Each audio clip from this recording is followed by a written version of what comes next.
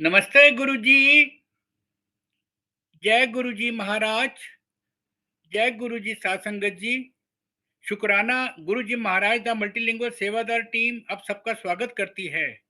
आज एक बार फिर हम सब धन्य हो जाएंगे। गुरुजी महाराज की ब्लैस संगत और संगत गौरी त्यागी आंटी जी उपस्थित हैं संगत शेयरिंग के लिए। गुरु विभाग की तरफ से आपका बहुत बहुत स्वागत है गौरी त्यागी आंटी। जय गुरुजी। प्लीज अपना संगत जय शेयरिंग गुरु करें। जी अंकल, जय गुरु जी। संगत गुरु शेयरिंग जी का करें आंटी। बहुत बहुत ओवर टू यू। शुक्राना। जय गुरु। जय गुरुजी आंटी। जय गुरु जी। गुरु जी का बहुत बहुत शुक्राना आज की सेवा देने के लिए। अंकल आपका भी बहुत बहुत शुक्राना, जो आपके प्लेटफॉर्म पे आपने मुझे एक मौका दिया सत्संग शेयर करने के लिए फिर एक बार। और देखिए, मेरी जर्नी कहाँ से शुरू हुई थी। आज ऑलमोस्ट 20 साल हो गए।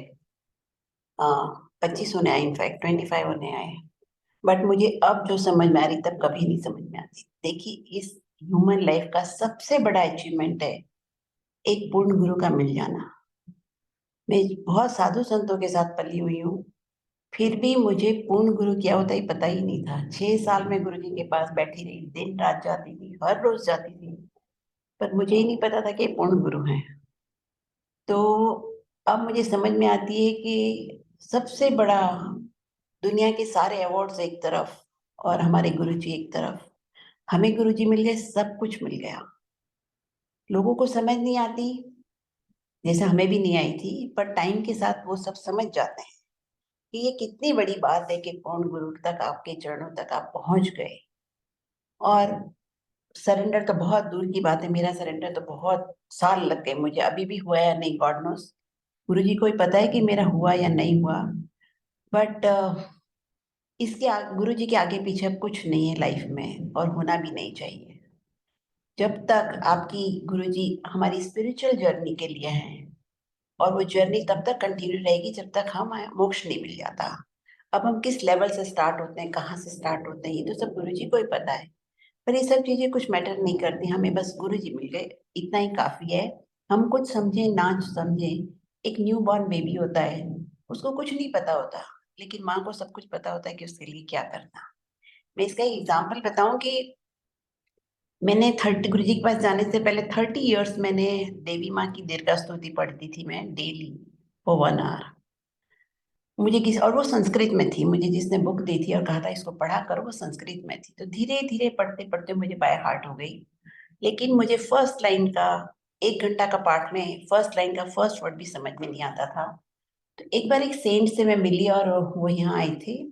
तो मैंने उनसे बोला कि जो मैं पाठ करती हूँ ना, मुझे उसका फर्स्ट वर्ड का मीनिंग भी नहीं पता, तो मुझे कंटिन्यू करना चाहिए, छोड़ देना चाहिए। तो उन्होंने कहा कि जब कैंसर का पेशेंट डॉक्टर के पास जाता है तो उनको पता होता है, डॉक्टर को पता है कि इसको क्या देना है। तो डॉक्टर जो मेडिसिन देता है, पेशेंट को नहीं पता कि वो क्या ले रहा है। तो medicine works for the patient. Same way puja works, चाहे जो भी करो, जैसे भी करो। राम राम का मंत्र जपने की जगह वो मरा मरा करके वाल्मीकि ने पूरी रामायण लिख दी, हमें सब पता ही है। और मैं भी उसी स्टेज पे, मुझे कुछ भी समझ में नहीं आती थी जब मैं गुरु जी के पास जाती थी, कुछ भी नहीं, एबीसी भी नहीं समझ में आती थी। गुरु जी मुझे बहुत आशीर्वाद, शुरू शुरू में तो मेरा फर्स्ट डे का इंटरेक्शन गुरु जी से अच्छा नहीं रहा, बिकॉज मैं वैष्णो देवी जा रही थी और जब मैं गई तो आज्ञा लेने फर्स्ट डे के दिन लंगर के बाद, तो गुरु जी ने कहा कि थर्सडे आना। मैंने कहा गुरु जी थर्सडे नहीं आ सकती। तो ये क्यों? मैंने कहा मैं वैष्णो देवी जा रही हूँ। तो गुरु जी का फिर वहीं चली जाए, यहाँ क्या करने आई है। और ये सुन के मैं और अंकल दोनों बहुत अपसेट हो गए। हमने सोचा अब जाना चाहिए, नहीं जाना चाहिए। फाइनली हम नहीं गए। वो भी एक गुरु जी की कृपा थी कि हम नहीं गए, क्योंकि अगर हम चले गए होते तो उसी दिन हमारा चैप्टर तो क्लोज हो जाता। तो गुरु जी की शुरू से ही कृपा रही, जो कृपा हमें समझ में नहीं आई, समझ बहुत देर के बाद अब आनी शुरू हुई है कृपा। अभी 1% आई है, 0.1% अभी, मुझे ये भी नहीं पता कितनी लंबी जर्नी है, जन्मों जन्म की जर्नी है। और ये पूरी procedure about purification of body mind and soul हमसे तो नहीं होगा, क्योंकि हम लोग इंसान हैं। बट आप जो गुरु जी कहते रहते हैं, गुरु जी हमें हुक्म देते हैं, वो हम करते रहेंगे, तो वो सब कुछ भी हो जाएगा। सब कुछ गुरु जी के हाथ में है। तो देखिए, मैं जब जाना शुरू किया तो मैं, जब मुझे गुरु जी ने डांट दिया तो मैं 2 साल तक जाती रही, क्योंकि मुझे बहुत अच्छा लगता था। और उससे भी बड़ी बात कि गुरुजी की कृपा शुरू से ही थी कि वो हमें बुलाते रहे, मैं जाती रही। अगर आप भक्ति करने को तैयार होगे तो गुरुजी को सब कुछ पता है, वो आपके लिए सब कुछ इजी कर देते हैं। और मैं जाते जाते गुरुजी मुझे बहुत आशीर्वाद देते थे। और शुरू में ही मुझे दो ड्रीम्स दिखाए थे गुरुजी ने। और एक ड्रीम था कि मैं एक बहुत बड़ा हॉल में, डबल बेड है जिसपे बीच में मैं लेटी हुई हूँ और कुछ नहीं था, एकदम स्पिक एंड स्पैन रूम था और कमरा बंद था। गुरुजी मेरा रूम खोल के आए और सीधा बाथरूम में चले गए और बाथरूम से फिर फ्लश चलने की आवाज आई। मुझे तो कुछ समझ नहीं आया। मैंने ड्रीम देखा, गुरुजी को देखा, मैं खुश थी कि हाँ भाई गुरुजी ने दर्शन दिए। बाद में मुझे समझ में आया कि जब ऐसा ड्रीम देखते हो फ्लश चला, इसका मतलब गुरुजी ने मेरे सारे नेगेटिव कर्म खत्म कर दिए थे। और एक मैंने और ड्रीम देखा था कि गुरुजी एक चेयर पे बैठे और सोफ सिंगल सीटर सोफा पे बैठे और मैं नीचे जमीन पे बैठी थी। तो गुरुजी ने हाथ के इशारे से मुझे कहा उठ। मैं उठी, गुरुजी ने आगे चलना शुरू किया और सीधा चल के गुरुजी एक आगे चले गए तो एक लॉबी थी, कंप्लीटली डार्क थी वो लॉबी। एक लेफ्ट में दरवाजा था, एक राइट में दरवाजा था और लॉबी में थोड़ा सा आगे जाके। तो गुरुजी राइट साइड के दरवाजे के अंदर चले गए खोल के। और रूम में जब उन्होंने दरवाजा खोला, रूम में भी लाइट नहीं थी और फिर मैं बाहर खड़ी रह गई। तो गुरुजी ने बहुत शुरू में मुझे समझा दिया था कि वो एक स्टेज पे चले जाएंगे। अब मेरे पास एक ही रास्ता था कि या तो मैं वापस मुड़ जाऊं या दरवाजे पे खड़ी रहूं। लेकिन मैंने ड्रीम में देखा था कि मैं दरवाजे पे ही खड़ी हूँ। ये भी गुरुजी की कृपा है कि मैं वहीं पे, फिर मुझे काफी साल लगे लेकिन गुरुजी ने अपने चरणों में रखा मुझे हमेशा। और जब मैं जाती थी, बच्चे मेरे पढ़ने चले गए थे, मैं टोटली फ्री हो गई थी, अंकल बिजनेस करते थे। तो एक इंटरनेशनल फ्लाइट का टिकट, एक जजीरा एयरवेज 2001 में यहाँ से स्टार्ट हुई। और वो उसमें कभी 250 रुपए का टिकट, इंडियन रुपीस का बता रही हूँ मैं कन्वर्ट करके, कभी 500 का टिकट होता था, कभी 1000 का, मैक्सिमम 2000 का। 7 साल में गुरुजी के पास ऐसे गई हूँ। अगर वो फुल टिकट जो आज है तब होता तो शायद मैं इतना नहीं जाती। लेकिन अब मुझे लगता है कि गुरुजी ने शायद मेरा अरेंजमेंट कर दिया था। मैं 7-8 टाइम्स इन ईयर जाती थी। 90% संगत को ही पता नहीं था कि मैं बाहर रहती हूँ। और ना ही मैंने कभी किसी को बोला अपने मुंह से कि मैं यहाँ नहीं रहती। सिर्फ मेनका गांधी को पता था कि मैं बाहर रहती हूँ, क्योंकि एक बार वो यहाँ आई थी और गुरुजी ने उसको कहा था कि ये वहाँ ये रहते हैं। तो और किसी को नहीं पता था। तो गुरुजी ने मेरा अरेंजमेंट कर दिया इतना अच्छा। ऐसे ही मैं वसंत कुंज में जाती थी। और गुरुजी गए 2007 में, जजीरा एयरवेज ने यहाँ से ऑपरेट करना बंद कर दिया। और एक मैं जब जाती थी तो वसंत कुंज में रहती थी, मेरा ग्राउंड फ्लोर पे घर था B10 में। और तब ओल्ड कपल्स के मर्डर बहुत हो रहे थे वहां पे। अंकल बिजनेस करते थे तो जाते मेरे साथ थे, लेकिन वो 2-4 दिन में वापस आ जाते थे। मैं रुकती थी 10-15 दिन। गुरुजी कहते तो रुक, तो मैं रुक जाती थी। और जब मैं रात को, जब मैं अपना घर का लॉक खोलती थी तो मुझे बहुत डर लगता था कि यहाँ पे इतने मर्डर होते हैं, अगर किसी ने मुझे फॉलो किया तो क्या होगा। ऐसे मैं डर डर के जाती थी। तब मुझे गुरुजी के बारे में नहीं पता था कि ये सब उनकी प्रोटेक्शन होती है और कुछ नहीं होगा। तो मैं बहुत टेंशन में रहती थी। सेम ईयर गुरुजी ने मेरा NH8 हाईवे पे घर खरीदवा दिया। और वो हाईवे पे था तो बिल्कुल डर नहीं था, डर नहीं लगता था मुझे। तो नीचे भी सिक्योरिटी है तो मुझे ऐसा भी नहीं लगता था कि कोई प्रॉब्लम होगी कभी। तो देखिए, और हमेशा मुझे लगता था ओ अंकल बिजनेस करते हैं तो गुरुजी ने एक और घर खरीद लिया। ऐसा नहीं है, उस गुरुजी ने एक और मतलब हमें घर दे दिया।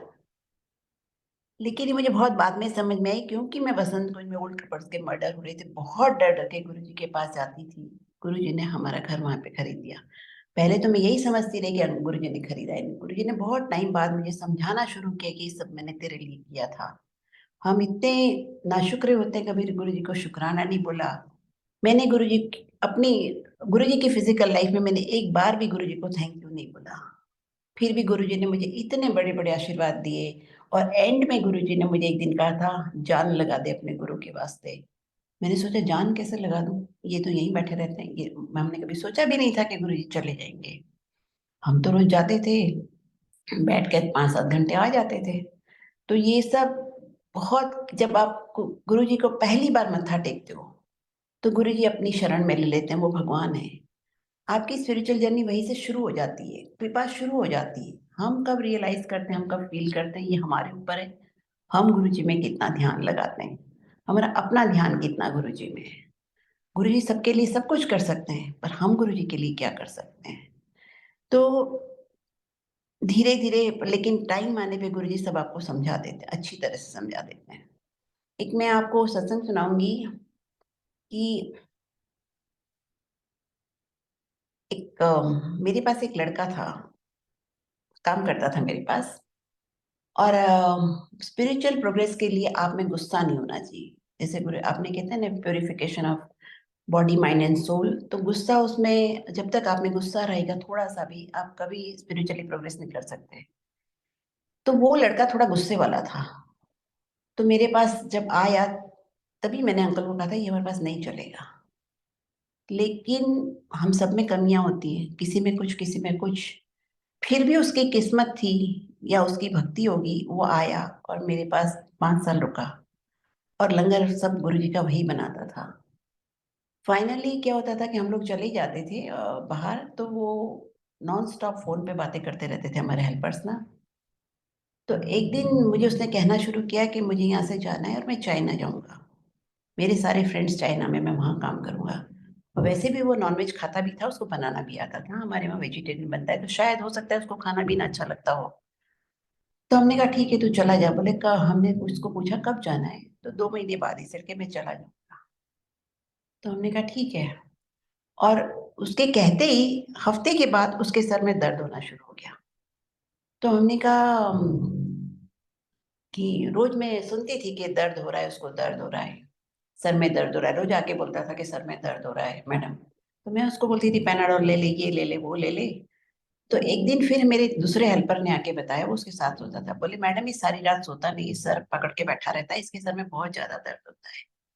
तो अंकल ने बोला ठीक है मैं सब चेकअप करा देता हूँ इसका। जब चेकअप करवाया उसका, तो संगत जी ये निकला उसके था कि उसके हार्ट में बचपन से होल था। तो देखिए उसके पेरेंट्स भी कितने पायस होंगे जो उनको पता ही नहीं चलता कि उनके बेटे के हार्ट में होल है, नहीं तो वो सर्जरी नहीं करा सकते थे, कितनी टेंशन में रहते सारी उम्र। तो अंकल ने बोला ठीक है, मतलब मेजर सर्जरी होनी थी उसकी। तो हमने फिर उसको, अंकल ने बोला कि देखो हम काम छोड़ के वहाँ नहीं जा सकते दिल्ली, तुम्हारी फैमिली वहाँ पे दिल्ली में है, अगर तुम बोलो तो हम पैसे दे सकते हैं, तुम सर्जरी करा लो, इंडिया में करा लो, बट यहाँ हम करवा सकते हैं, तुम फैमिली से पूछ लो।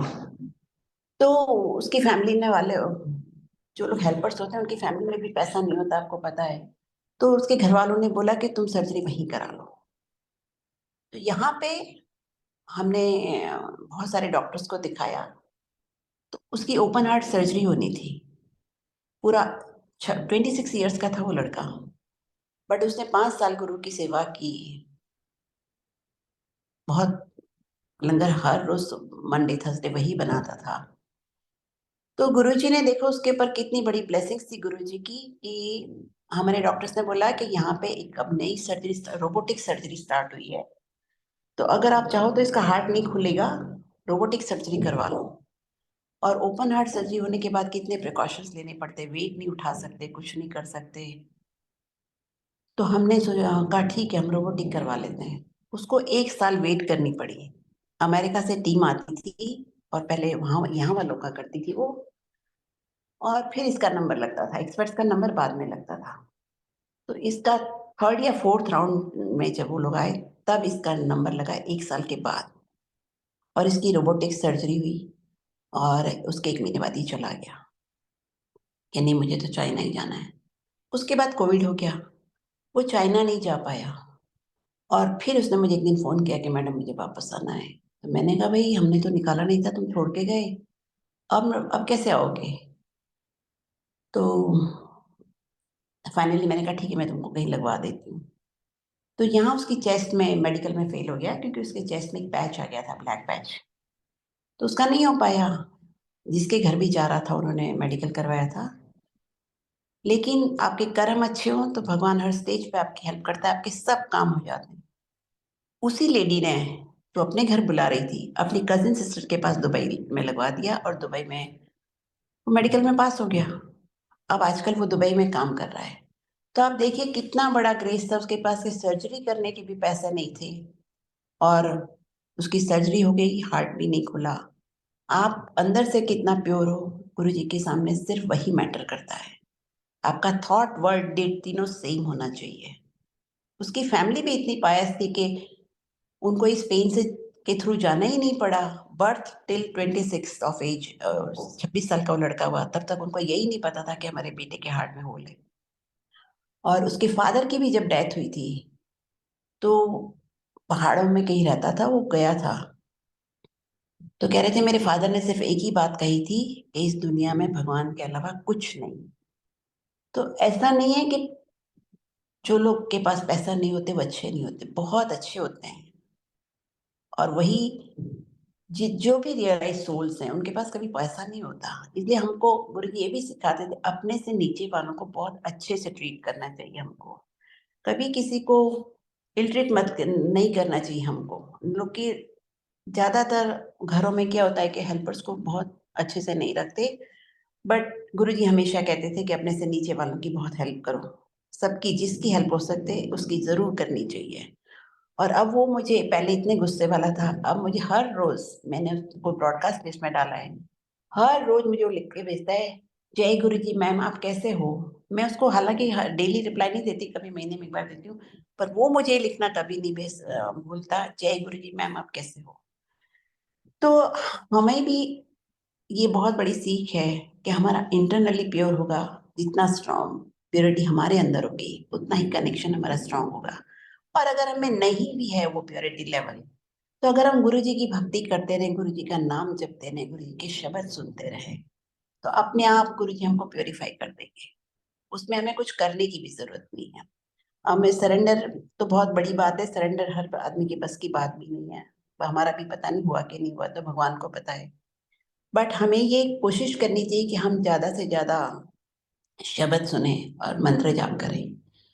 और मैं ये भी कहूंगी साथ में कि जब मैंने गुरुजी के पास 6 साल गई, मैं कभी किसी का सत्संग सुनने में इंटरेस्टेड नहीं, बिकॉज मैं साधु संतों के साथ पली हूँ। तो मैं सुनती थी कि पैर ठीक हो गया, गुरुजी ने किसी का ये बता दिया। एक अंकल ने मेरे सामने सत्संग सुनाया था कि उनके लॉकर में कितने पैसे थे, वो एग्जैक्टली किसी कोई सरदार जी थे, वो गुरुजी ने बता दिया कि तेरे लॉकर में इतने पैसे जो तूने अपनी बीवी को नहीं बताया। तो मुझे बिल्कुल बोरिंग लगते थे ऐसे सत्संग। मैं कहती थी ये तो मैं, मुझे पता है ये सब साधु संत कर सकते हैं। लेकिन अब मुझे समझ में आती है कि अगर वो सत्संग सुने होते तो बहुत कुछ डिफरेंट होती मेरी लाइफ।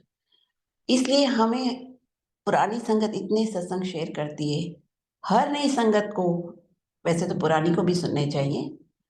एक सत्संग दिन में जरूर सुनना चाहिए, टाइम हो तो फुल, नहीं तो नॉर्मली 1 घंटे का होता है, आधा आधा घंटे करके 2 दिन में आप सुनो। बट जरूर सत्संग सुनने चाहिए, क्योंकि हर इंसान का डिफरेंट, हर इंसान की जर्नी अलग है, जर्नी डिफरेंट है। और गुरु जी का के साथ उनका एक्सपीरियंस भी डिफरेंट है। तो इसलिए हमें सत्संग जरूर सुनने चाहिए, हमें उससे बहुत कुछ सीखने मिलता है। मैंने जो कुछ भी सीखा है सब पुरानी संगत के सत्संग करके सीखा है।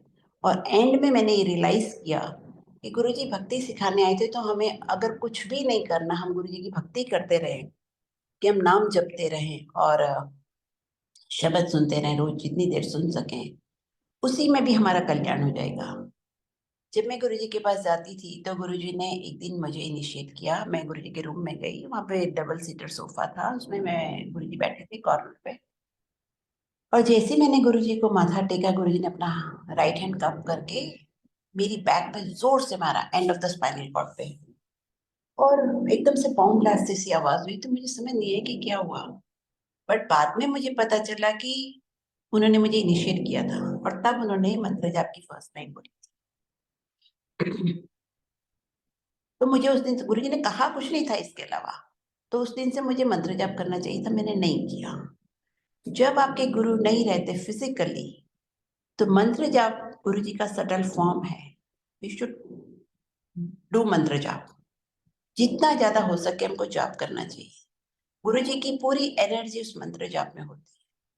आप जितना ज्यादा पाठ करोगे, उतना आप गुरु जी से डायरेक्ट कनेक्शन आपका एस्टेब्लिश होगा। और आपको गुरुजी की प्रेजेंस फील होगी, गुरुजी डायरेक्ट आपको गाइड करेंगे उसके बाद। पुरानी संगत से सिर्फ मैसेजेस मिलते हैं, लेकिन सबकी जर्नी डिफरेंट होती है। आपका टोटल सरेंडर कितना है, आपका ध्यान गुरुजी में कितना है।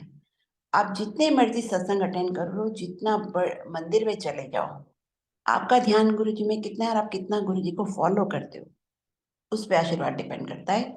मैं एक आपको इसी से रिलेटेड एक और सत्संग सुनाती हूँ। मैं यहाँ से किसी अंकल को जानती थी। जब मेरे बच्चे 2 साल थे तो उनके बच्चे 20-20 साल के थे, बट वो दिल्ली शिफ्ट हो गए बाद में। तो जब मैं गुरुजी के पास जाती थी, तो एक दिन गुरुजी का कोई फंक्शन था, तो मैं हमेशा टैक्सी लेके जाती थी। हमने गाड़ी नहीं रखी हुई थी, एक ही स्टैंड से हम टैक्सी लेते थे, तो सेफ था। और मैंने अंकल को बोला कि मैं उनको हमेशा कहती रहती थी, आप गुरुजी के पास जाओ, गुरुजी के पास जाओ। वसंत कुंज में ही रहते थे, पर वो कभी गए नहीं गुरुजी के पास। पता नहीं, शायद वो इतने ओल्ड थे कि गुरुजी उनको दर्शन देना चाहते थे या क्या था, मुझे पता नहीं। एक दिन उस दिन जिस दिन फंक्शन था, उनका फ़ोन आया मेरे पास कि आज हम आपको लेके चलेंगे आप। मैंने कहा नहीं अंकल, मेरी टैक्सी बुक हो गई है। और उन्होंने 6 बजे फ़ोन किया था। मैंने कहा 7 बजे मंदिर खुल जाता है, तो आप तो बहुत लेट हो जाएंगे, आप उल्टा लेने आएंगे तो मुझे। आप वसंत कुंज में रहते हो, मैं गुड़गांव में। इसे नहीं नहीं, मैं आपको लेने आ रहा हूँ। मैंने कहा नहीं नहीं, मेरी टैक्सी बुक हो गई है। मैंने उनको बहुत कहा, पर वो नहीं माने, आप टैक्सी कैंसिल करो। फाइनली वो मेरे से एज में इतने बड़े थे कि मैंने कहा अच्छा चलो ठीक है, मैं कैंसिल करती हूँ। तो मैंने टैक्सी कैंसिल की, वो मुझे लेने आए। मैं मंदिर पहुंची 9 बजे। अब क्या हुआ कि 9 बजे उन्होंने नई गाड़ी खरीदी थी। पूरे रास्ते वो बोलते हुए गए, मैंने नई गाड़ी खरीदी है, कोई मार तो नहीं देगा। मैंने कहा नहीं अंकल, ऐसा कभी नहीं होता। वो पूरे रास्ते बोलते, बार बार रिपीट कर रहे थे। तो फाइनली जब हम मंदिर पहुंचे, तो पार्किंग में मैंने उनकी लास्ट में जो एक वॉल है उसके अगेंस्ट गाड़ी, मैंने कहा आप यहाँ पार्क कर दो, यहाँ कोई और गाड़ी नहीं आएगी, आपकी गाड़ी कोई नहीं मारेगा। अच्छा बोले ठीक है। और फिर मंदिर में जैसे ही हम लोग बैठे गुरु जी के पास, तो मुझे कहते हैं थोड़ी देर बाद, आधे घंटे बाद बोलते हैं चले मैं। तो मैंने कहा नहीं, हम तो अभी आए हैं, अभी कैसे जाएंगे। नहीं चलो। और मेरी गाड़ी ना, वो नई गाड़ी, कोई मार ना दे। मैंने कहा कोई नहीं गाड़ी मारता, बैठो यहाँ पे। और उनका मन ही नहीं लग रहा था गुरु जी के पास, हर आधे घंटे में बोले चले। फाइनली मैंने उनको बोला, मैंने कहा जब गुरु जी मुझे ऐसा कहेंगे ना, आज्ञा देंगे, मैं तभी जाऊंगी। इनका आप जाना हो चले जाओ, मैं किसी के साथ आ जाऊंगी। उनकी भी कॉन्शियस नहीं अलाउ कर रही थी कि मुझे छोड़ के वो चले जाएं। और उनको रात में भी ना, वो इस एज पे थे कि उनको दिखता भी नहीं। तो हम निकले 2 बजे वहां से। और पूरा उनका ध्यान नहीं था बिल्कुल भी। हर आधे घंटे में उनको ये लग रहा था कि बस मैं उठ जाऊं और चली जाऊं उनके साथ। फाइनली हम 2 बजे जब गए, तो उनकी गाड़ी पे किसी ने मारी हुई थी। नहीं, उनकी गाड़ी स्लाइड करके आगे आ गई और आगे वाली गाड़ी को उनकी गाड़ी ने मारा। तो मुझे कहते हैं देखो मेरी गाड़ी में लग गई, मेरी गाड़ी में लग गई। मैंने कहा पुलिस बुला लो, यहीं पे घूम रही होगी। मैंने कहा पुलिस सिक्योरिटी वालों को बोलते हैं, और देखो आपकी गाड़ी ने मारी, उसकी तो गाड़ी की कोई फॉल्ट नहीं है। बट वो इतने अपसेट हो गए जरा सी गाड़ी में लगने से। आप इतनी एज निकल गई आपकी, आप इतना भी नहीं समझे कि आप कहाँ जा रहे हो। और मैं उनको बहुत सत्संग सुनाती रहती थी, उनका पूरा ध्यान ही नहीं था। गुरु जी ने एक उनको गोल्डन चांस दिया था ओल्ड एज में कि वो गुरु से कनेक्ट हो जाएं, पर वो नहीं हो पाए। ऐसे भगवान हमको बहुत आशीर्वाद देते हैं। गुरु जी हर स्टेज पे इतने सबको आशीर्वाद देते हैं, लेकिन हम रिसेप्टिव नहीं होते। सब हमारे हाथों से फिसल जाता है, हम समझ ही नहीं। समझ देखो देखो, भगवान है गुरु जी, कोई समझ नहीं सकता भगवान। बट हाँ, जो वो दे रहे हैं वो हम ले भी नहीं पाते। वो डायरेक्ट बोलते हैं हमको, वो भी नहीं हम लोग एक्सेप्ट करते, वो भी हुक्म नहीं मानते। और ऐसे मैंने बहुत गलतियां की हैं गुरु जी के सामने, जो मैंने उनके हुक्म नहीं माने। पहली बात, मुझे समझ में भी नहीं आती थी। एक दिन उन्होंने मुझसे कहा कि ये सबको पता है कि गुरुजी ने पहले मेरा नाम मीरा रखा था, जो मैंने नहीं एक्सेप्ट किया। मैंने कहा गुरुजी इसे मैं नाम चेंज करूंगी, सब लोग हंसेंगे। गुरुजी चुप हो गए। लेकिन फिर भी इतना ग्रेस रहा गुरुजी का। ये भगवान ही कर सकते हैं कि बार बार मैं उनकी बातें नहीं मानती थी, फिर भी वो मुझे आशीर्वाद देते रहे। जाने से पहले उन्होंने मुझे नया नाम दिया, गौरी। और वो भी मैं तब शायद चुप रही। और मैं गुरुजी से बाद में रोज जाती थी, रोज मुझे गुरुजी जाके जैसे ही मैं मत्था टेकती थी बोलते थे आगे जाके बैठ जा। तो मैं गुरुजी के पास आगे जाके बैठ जाती थी। मैंने बातें भले नहीं मानी, लेकिन मेरा 100% ध्यान लेफ्ट राइट कहीं नहीं देखती थी। मैं गुरुजी के फेस पे मेरा हमेशा मेरी नज़र होती थी और मैं हमेशा ओपन आई मेडिटेशन करती थी। सिर्फ़ एक बार मैंने किसी को बोला, मैंने आँखें बंद कर ली। मैंने ऐसे नज़र घूमती रहती थी कभी-कभी, तो मैंने देखा सबकी आँखें बंद है, तो मैंने भी आँखें बंद कर ली। और बचपन से मुझे ना मेडिटेशन करनी बहुत अच्छी लगती है। मैं हमेशा सोचती थी कि ये लोग आँखें बंद करके क्यों बैठते हैं? क्योंकि आप एक स्टेज पे आँखें बंद करोगे, आपको डार्क कंप्लीटली ब्लैंक डार्क दिखेगा। मैं सोचती थी मैं भी आँख बंद करती थी तो ब्लैंक काला-काला दिखता था। तो मैंने सोचा ये क्यों आँखें बंद करके बैठते हैं? लेकिन उस टाइम मैंने जब सबको देखा आँखें बंद थी तो मैंने भी आँखें बंद कर ली। एकदम से सिंगला अंकल देखो सबकी आँखें बंद थी, मेरे पास आए और मुझे कहते हैं, "भगवान सामने बैठे हैं और आप आँखें बंद करके बैठे हो, चलो ऊपर जाओ।"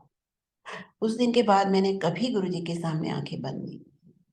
और एक दिन गुरुजी खड़े थे, जब अपने रूम में जा रहे थे, जब गुरुजी अपने रूम में जाते थे तो सारी संगत खड़ी हो जाती थी हाथ जोड़ के। तो जब वो मेरे पास आए एकदम से, तो मैंने कहा पता नहीं क्यों? मैंने कहा गुरुजी आप मुझे मेडिटेशन सिखाएँगे? तो ही सेड नहीं। अब ये नहीं उन्होंने क्यों बोला ये तो उन्हीं को पता होगा ना। तो और एक बारी क्या होता है हम लोग हमेशा 8 साढ़े 8 बजे जाते थे। तो 8 साढ़े 8 बजे जब हम जाते थे क्योंकि अंकल ना गुरुजी को पता था कि मैं फ्री हूँ टोटली तो गुरुजी कभी 2 बजे, 3 बजे, 4 बजे तक बैठा के रखते थे। तो अंकल भी बोलते थे कि हम थक जाते हैं इतनी देर बैठते हैं 6-7 बजे जाके बैठे रहो 2-3 बजे तक। तो हम लेट जाते थे, जान के लेट जाते थे हाँ। तो कि साढ़े 8 बजे जाएँगे तो लंगर मिल जाएगा साढ़े 9 क्योंकि सारी उम्र ये हम यही सब करते आए हैं कि जब आरती होएगी तभी जाएँगे उसके बाद प्रसाद मिल जाएगा। तो एक दिन मैं अकेली थी, अंकल वापस आ गए थे यहाँ पे और मैं साढ़े 8 बजे हॉल में एंटर हुई। जैसे ही मैं एंटर हुई तो गुरुजी ने हाथ का इशारा किया अपना हाथ उठा के आई थिंक याद नहीं मुझे राइट था या लेफ्ट पर मुझे वहीं रोक दिया इशारे से कि वहीं रुक जा। और उन्होंने मुझे कहा इतनी देर से आके कुछ नहीं होता। ये सबके लिए एक मैसेज है कि ये नहीं है कि आप कभी भी चले जाओगे सत्संग तो 2 घंटे चलेगा, लास्ट 15 मिनट्स चलेंगे। एक तो गुरुजी का सत्संग एक मेडिटेशन क्लास है। आप पिन ड्रॉप साइलेंस में गुरुजी पे मेडिटेट करो, तो आपका कनेक्शन बनेगा। लेकिन आप जब लेट जाते हो कितने लोगों को डिस्टर्ब करते हो। तो उस दिन के बाद मैं कभी भी गुरुजी के पास लेट नहीं गई। जब जितने साल गुरुजी रहे मैं साढ़े 6 बजे पहुँच जाती थी और जैसे ही 7 बजे दरवाज़ा खुलता था, मैं गुरुजी को मत्था टेक के और मैं जैसे ही मत्था टेकती थी गुरुजी कहते जा आगे जाके बैठ जा। तो गुरुजी मुझे वहीं बिठा लेते। इतना प्यार किया गुरुजी ने जो कोई भी नहीं कर सकता, इंसान तो कर ही नहीं सकता। इतनी मेरी गलतियों के बाद हर गलती यहाँ पे माफ़ है, मैंने ये सीखा है। हर गलती माफ़ है, बट आप जो गुरुजी कहते हैं वो करो, अगर वो नहीं भी कर पाते हो सिर्फ़ पाठ करो। गुरुजी मुझे बार-बार कह रहे थे पाठ किया कर, पाठ किया कर। एक दिन मैं गुरुजी के पास बैठी थी तो गुरुजी ने मुझसे कहा अ, ਇੱਥੇ आ, गुरुजी साइड बोर्ड पे बैठे थे और मैं गई। मैं born and brought up in Ahmedabad हूँ। मैंने गुरुजी के पास जाने से पहले कभी पंजाबी सुनी भी नहीं, तो मुझे कुछ भी समझ में नहीं आता था। तो पर मुझे अच्छा लगता था तो मैं बैठी रहती थी। तो जब गुरुजी ने मुझे अपने पास बुलाया, तो गुरुजी ने कहा सुन, ध्यान से सुन, ध्यान से सुन। तो मैं सुन रही थी तो उसमें एक लाइन थी, अपने वेट के इक्वल अगर सोना भी दान करो, that is also not equal to nitya. तो नित्नेम करना ही चाहिए। दान से भी ज़्यादा इम्पोर्टेंस गुरुजी ने पाठ के लिए दी है, कि आप पाठ करो, सुबह-शाम दोनों टाइम करो। 2 टाइम नहीं हो सकता कोई बात नहीं, सुबह करो और जिस टाइम उठो तभी करो, ज़रूरी नहीं है कि अमृत वेला करो। अमृत वेला बहुत पावरफुल होता है, ये बिल्कुल सही है, गुरुजी किसी-किसी को बोलते थे। लेकिन आप नहीं उठ सकते सुबह, आपकी लाइफ़स्टाइल ऐसी है। तो जितने बजे उठो उतने ही करो। और सबसे बड़ी बात ये है कि गुप्त पाठ करना चाहिए। गुरुजी बोलते थे गुप्त पाठ करो और आजकल इतने अमृत वेला सत्संग हो गए हैं कि लोग तैयार हो के सुबह 3 बजे जाते हैं सत्संग में। सारी दुनिया को बताते हैं अगले उसके बाद कि हम अमृत वेला सत्संग में गए थे। हमने अमृत वेला जो होस्ट करते हैं वो सबको बताते हैं आज हमारे घर में अमृत वेला सत्संग था। आप सब अपना ज़ीरो कर लेते हैं अगर बाहर जाते हैं तो घर से। क्योंकि गुप्त पाठ का जो गुरुजी ने बोला है गुप्त पाठ, वो पर्पस खत्म हो गया आपका। आपने गुप्त पाठ तो किया ही नहीं। आपने तो सबको बता दिया आप अमृत वेला कर रहे हो। और दूसरी बात जो अमृत वेला का पीक टाइम होता है 3 टू 5, 3 टू 6 होता है आई थिंक। हाउस होल्डर्स के लिए आई थिंक 4:30 से 6 होता है, सन्यासियों के लिए आई थिंक 3 बजे शुरू होता है। वो अपने टाइम नहाने-धोने में, तैयार होने में निकाल, तो वो अमृत वेला तो रहा ही नहीं फिर आपका। इसलिए अगर आप अमृत वेला करते हो, तो गुरुजी ने जो कहा था गुप्त पाठ, आपको नहाने-धोने की भी ज़रूरत नहीं है। आप उठो, मुँह धो, पानी पियो और बैठ जाओ गुरुजी के पास। भले ही 5 मिनट बैठो, 10 मिनट बैठो और फिर लोगों को मत बैठाओ, बताओ कि हम अमृत वेला करते हैं।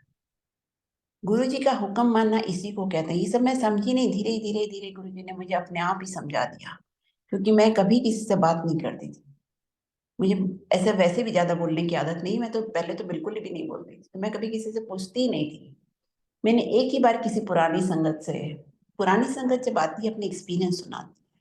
इसका मतलब नहीं कि 100% आप पुरानी संगत को फ़ॉलो करने लगो, रोज़-रोज़ फ़ोन करके पूछो।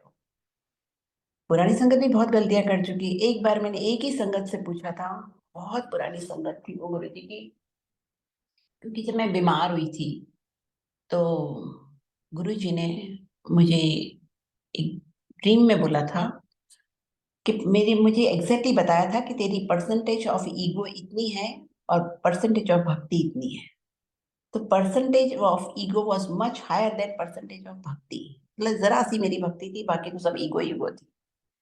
तब से मुझे गुरुजी ने सिखाया कि भई मुझे ईगो पे काम करना है, कंट्रोल करना है। आपको करना पड़ेगा ये सब गुरुजी नहीं करेंगे। आप बहुत प्रैक्टिस करोगे, उसके बाद फाइनली गुरुजी कर देंगे। अगर आप बोलो गुरुजी अब नहीं हो रहा, आप करो, तो कर देंगे गुरुजी।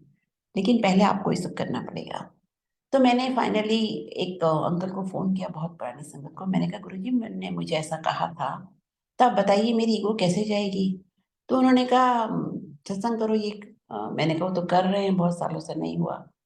तो बोलते हैं 1-2 बातें उन्होंने और कही। मैंने कहा वो सब हम कर चुके, फिर भी हमारी ईगो नहीं गई। अंकल ने, गुरुजी ने बताया। तो उन्होंने कहा मैं आपको एक ना ज मंत्र दूँगा, उसका पाठ करना। आई वाज़ शॉक्ड कि गुरुजी के मंत्र जाप की वैल्यू उन्होंने ज़ीरो कर दी और वो नया मंत्र मुझे देंगे इतने सालों गुरुजी के जानने के पास जाने के बाद। मैंने कहा अच्छा अंकल, मैं बाद में आपको फ़ोन करूँगी, थोड़े दिनों बाद फिर फ़ोन करूँगी, और मैंने फ़ोन बंद कर दिया। उसके बाद मैंने कभी किसी पुरानी संगत से कुछ नहीं किया। सत्संग सुनो, आपको अच्छा लगता है, अपने गुरु का गुणगान सुन के अच्छा लगता है, और ये भी गुरुजी की भक्ति है। ज़रूरी नहीं कि 24 घंटे हम पाठ कर भी नहीं सकते। और इसीलिए नई संगत के लिए मैसेज है, कभी किसी से कुछ पूछने की ज़रूरत नहीं, सत्संग सुनो, शब्द सुनो और पाठ करो। और गुरुजी ने जो मुझे मंत्र जाप करने के लिए किया था, मुझे गुरुजी बार-बार रिमाइंड करा रहे थे कि मंत्र जाप किया कर। और वो जब गुरुजी ने मुझे लाइन सुनवाई थी, तब मुझे ये पता नहीं था कि वो शब्द कौन की फर्स्ट लाइन क्या है, और मुझे याद ही नहीं रही, मैं भूल गई, बहुत साल हो गए। अराउंड 2015 में जब मैं अपने घर में बैठी हुई थी, तो वो शब्द प्ले हो रहा था जिसमें वो लाइन थी। तब मैंने ध्यान से सुना, तो वो शब्द था, नाम बीज लो कर्मा वाल्यो आई रत बीजने की। तो देखिए गुरुजी ने मुझे फर्स्ट डे बहुत जल्दी सिखा दिया था कि पाठ किया कर, लेकिन मेरे को एक सबसे बड़ी गलतफ़हमी हो गई कि मैंने तो 30 साल पूजा बहुत की है, रिचुअलिस्टिक पूजा करती थी मैं, 2 घंटा डेली करती थी। अब मुझे गुरुजी मिल गई, अब मुझे कुछ करने की ज़रूरत नहीं है। ये मेरी ब्लंडर मिस्टेक थी, या कहो शिव की लीला थी, जो उन्होंने मुझे कन्फ्यूज़ कर दिया और मैंने सब कुछ छोड़ दिया। मैं कभी 6 बजे उठा करती थी, उसके बाद मुझे लगा पूजा तो करनी नहीं, 9 बजे मेरी लाइफ़स्टाइल एकदम चेंज हो गया। और फिर बार-बार गुरुजी रिमाइंडर भेजते थे कि पाठ किया कर। 2015 में एक बार, और पहले भी मैं बता चुकी हूँ कि अ, जब गुरुजी फिज़िकली चले गए, तो मैंने 5 पुरानी संगत को फ़ोन किया था सत्संग सुनने के लिए। क्योंकि मुझे बहुत अफ़सोस होता था कि मुझे तो गुरुजी के बारे में एबीसी नहीं पता था 2008 तक, और मैं रेगुलर जाती थी। तो फिर मैं रोज़ सबको फ़ोन कर के ना उनका सत्संग सुना करती थी। तो एक दिन मैंने 5 फ़ोन किए, दिल्ली में किसी ने भी फ़ोन नहीं उठाया। फिर मैंने रमा बैल आंटी को फ़ोन किया, उन्होंने फ़ोन उठाया। उन्होंने हमको आधा घंटा अपना सत्संग सुनाया, और उसके बाद हमने हिमाचल में मास्टर जी को फ़ोन किया। मास्टर जी गुरुजी की फ़िज़िकल सेवा में थे फॉर लास्ट 6 इयर्स, गुरुजी की फ़िज़िकल लाइफ़ में। तो मैंने उनको जैसे ही फ़ोन किया, मैंने कहा हेलो मास्टर जी, वो पहाड़ों में रहते हैं कहीं हिमाचल में। तो उन्होंने कहा 5 फ़ोन कर चुकी हो, रमा बहल से आपकी बात हो गई है, आप मंत्र जाप किया करो। देखिए कितना गुरुजी का स्ट्रॉन्ग मैसेज था और उन्होंने फ़ोन काट दिया, उन्होंने कुछ भी नहीं बोला। और मुझे लगा इनको कैसे पता, जैसे ही फ़ोन उन्होंने बंद किया, मैंने कहा हम तो दिल्ली में फ़ोन किए थे और रमा बहल तो जालंधर में रहती हैं। मैंने उनको वापस फ़ोन किया, मैंने कहा मास्टर जी आपको कैसे पता कि हम 5 फ़ोन दिल्ली कर चुके हैं और जालंधर में रमा बहल से हमारी बात हो गई है। तो मास्टर जी ने मुझे कहा ये हेडक्वार्टर है, यहाँ पे सब कुछ पता लग जाता है। तो गुरुजी वाज़ स्पीकिंग थ्रू मास्टर जी। इतना स्ट्रॉन्ग मैसेज गुरुजी ने मुझे दिया और उसके बाद गुरुजी ने मुझे एक दिन कहा था कि मेरा सत्संग कराया कर लंग। गुरुजी ने मार्च अप्रैल एंड में मुझे कहा था। मैं अप्रैल एंड में वापस आई थी, तब मैं दिल्ली में थी। उस ये जो अप्रैल एंड में मैं वापस आई, उससे पहले गुरुजी ने मुझे एक दिन कहा रात को, मेरा सत्संग कराया कर, लंगर खिलाया कर, लोग हील हो जाएँगे। 2008 में हमने सत्संग शुरू किया और जैसे फिर हम सत्संग में बिज़ी हो गए, इतने सारे लोग आने लगे धीरे-धीरे, मैं तो भूल ही गई गुरुजी का मैसेज कि फिर पाठ करना है, कि कुछ करना भी है। मंडे इतने लोग आने लगे, ट्यूसडे आराम करते थे, थक गए, फिर थर्सडे का सत्संग आ गया, फिर आराम करने लगे कि भी थक गए। ऐसे कर के वो 15 साल तक नहीं हुआ, जबकि मैं गुरुजी के पास जाना 2001 में शुरू किया है। फिर गुरुजी ने 2015 में एक सेकंड रिमाइंडर भेजा कि मैं रात को एक सो रही थी और गुरुजी ने मुझे कहा कि चल उठ, पौने 3 बज रहे हैं, शरीर छोड़ने का समय हो गया है। ये मैंने आवाज़ सुनी नींद में और मैं उठ के एकदम से मैंने आँखें खोली, साइड टेबल से मैंने अपना मोबाइल उठाया, it was 2:36 in the morning. मैंने सोचा हे भगवान, अब इसका मतलब 9 मिनट बचे तो मैं जाने वाली हूँ। तो मैंने सोचा अब क्या करूँ? अंकल को बताऊँ? तो अंकल ने क्या कहना था कि नहीं-नहीं ड्रीम देखा है, सो जाओ कोई बात नहीं, ऐसा नहीं। तो देखिए गुरुजी आपको हर पल गाइड करते हैं। तो मैंने सोचा नहीं, मैंने आँख बंद की और मंत्र जाप करना शुरू कर दिया और थोड़ी देर मैंने मंत्र जाप किया, उसके बाद मुझे लगा 9 ही मिनट तो बचे, तब तो काफ़ी टाइम हो गया मंत्र जाप करते-करते। तो मैंने आँखें खोल के मोबाइल उठा के देखा तो 2:50 हो गए थे, तो मैंने कहा चलो टाइम निकल गया, पौने 3 बोला था, 2:50 हो गया, अब टाइम निकल गया। संगत जी 1 सेकंड।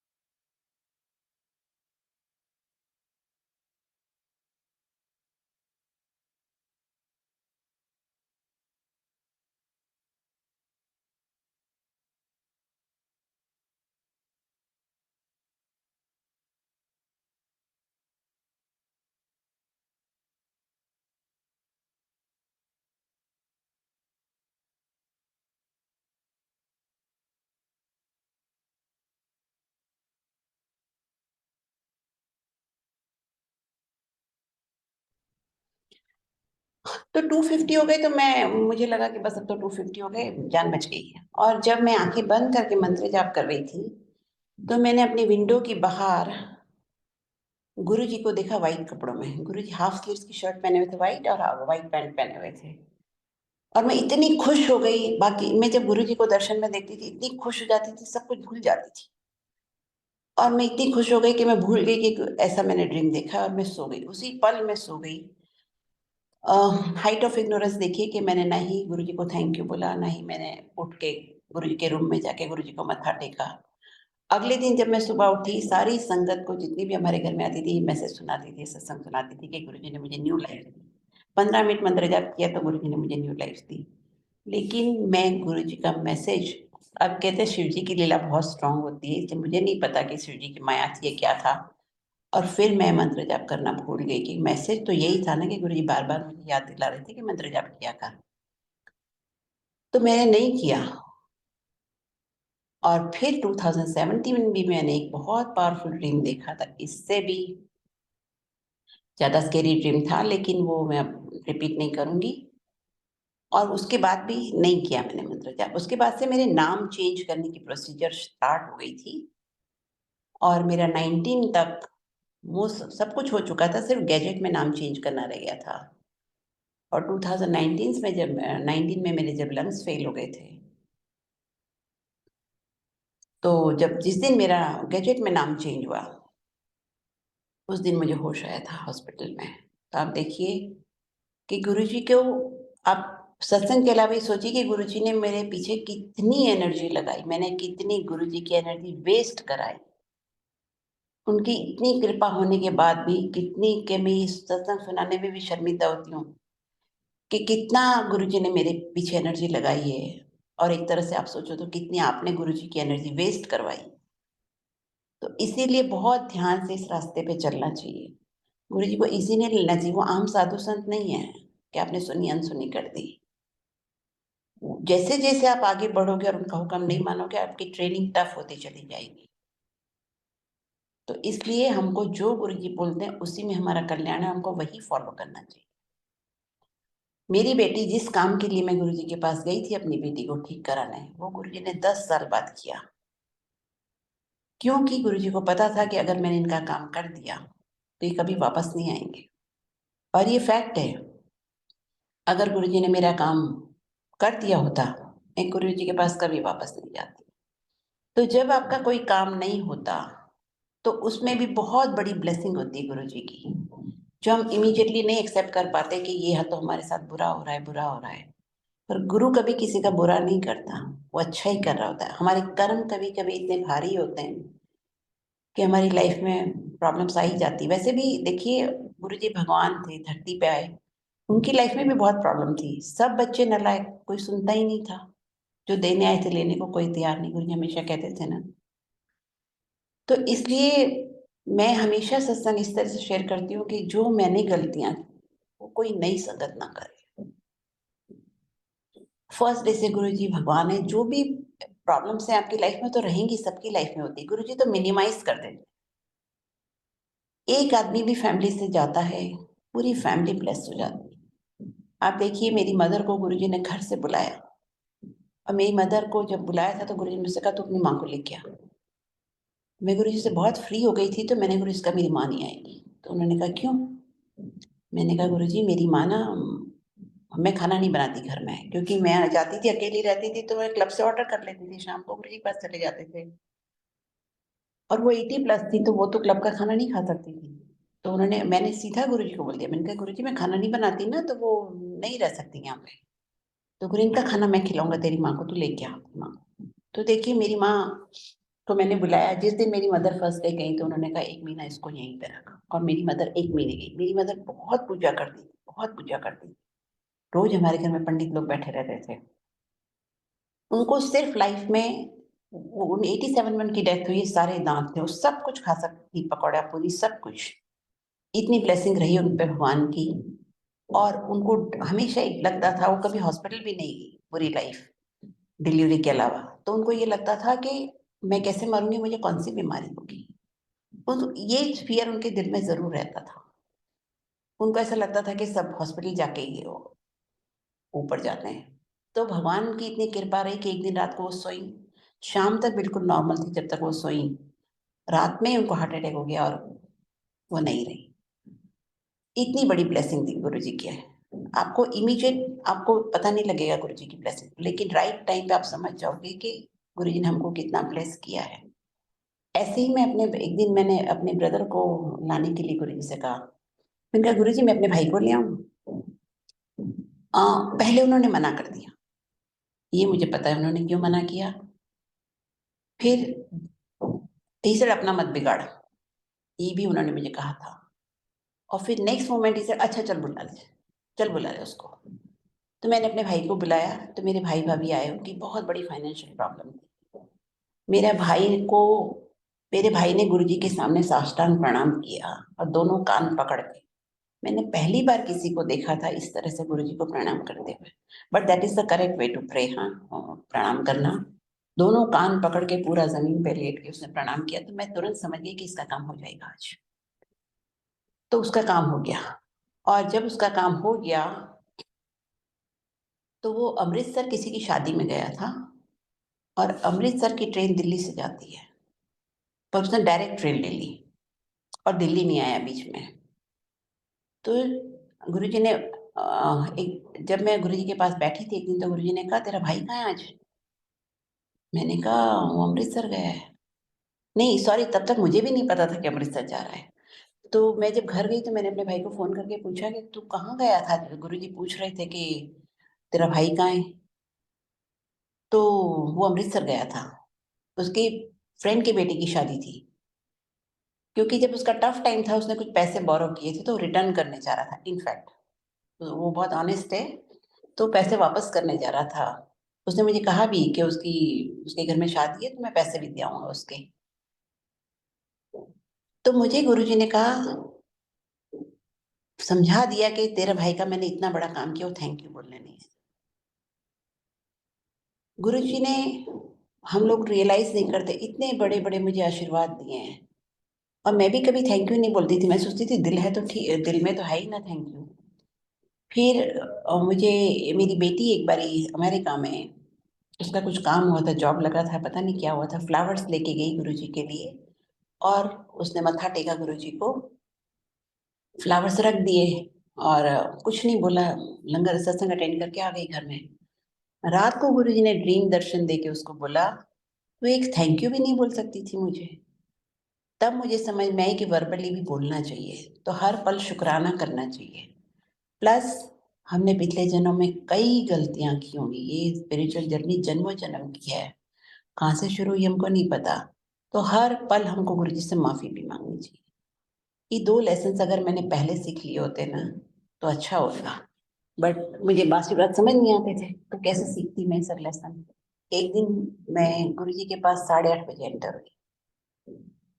नहीं, हाँ, उस दिन क्या हुआ कि मेनका गांधी अंकल नहीं गए थे, मैं पहुंच जाती थी, तो मेनका गांधी ने मुझे जैसे ही देखा, तो मुझे कहती, गुरुजी देखो ये फिर से आ गई, इसका हस्बैंड इसको छोड़ देने वाला है। तो गुरुजी ने अपने स्थान से स्लाइटली टर्न होके देखा कि वो किसको बोल रही, किसके लिए बोल रही है। और जब मुझे गुरुजी ने देखा, तो मुझे गुरुजी ने कहा, मुझे नहीं कहा, मतलब जोर से मेनका गांधी ने कहा, इन दोनों को तो मैं अपने पास रखने वाला हूँ।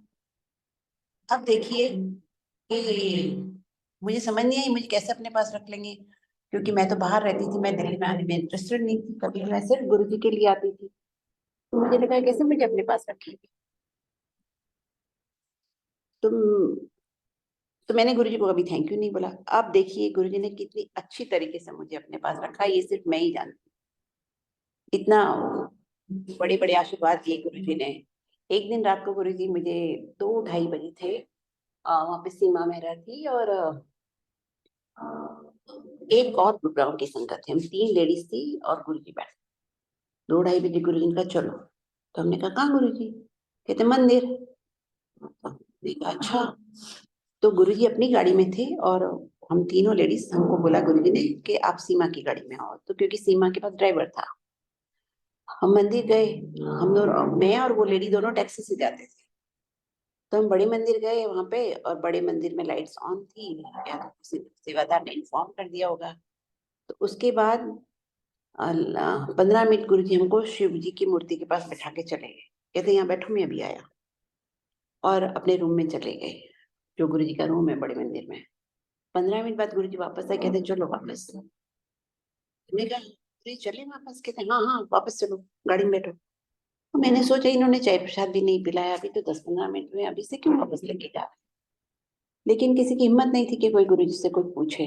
तो हम चले तीनों, और गुरुजी की गाड़ी आगे आगे, हम लोग पीछे वापस एम्पायर स्टेट पहुंच गए। तो एम्पायर स्टेट में गेट पे गुरुजी ने गाड़ी रोकी अपनी, दरवाजा खोला जरा सा, तो मत्था टेका, फिर गुरुजी ने कहा जाओ कल आना। तो हम चले गए।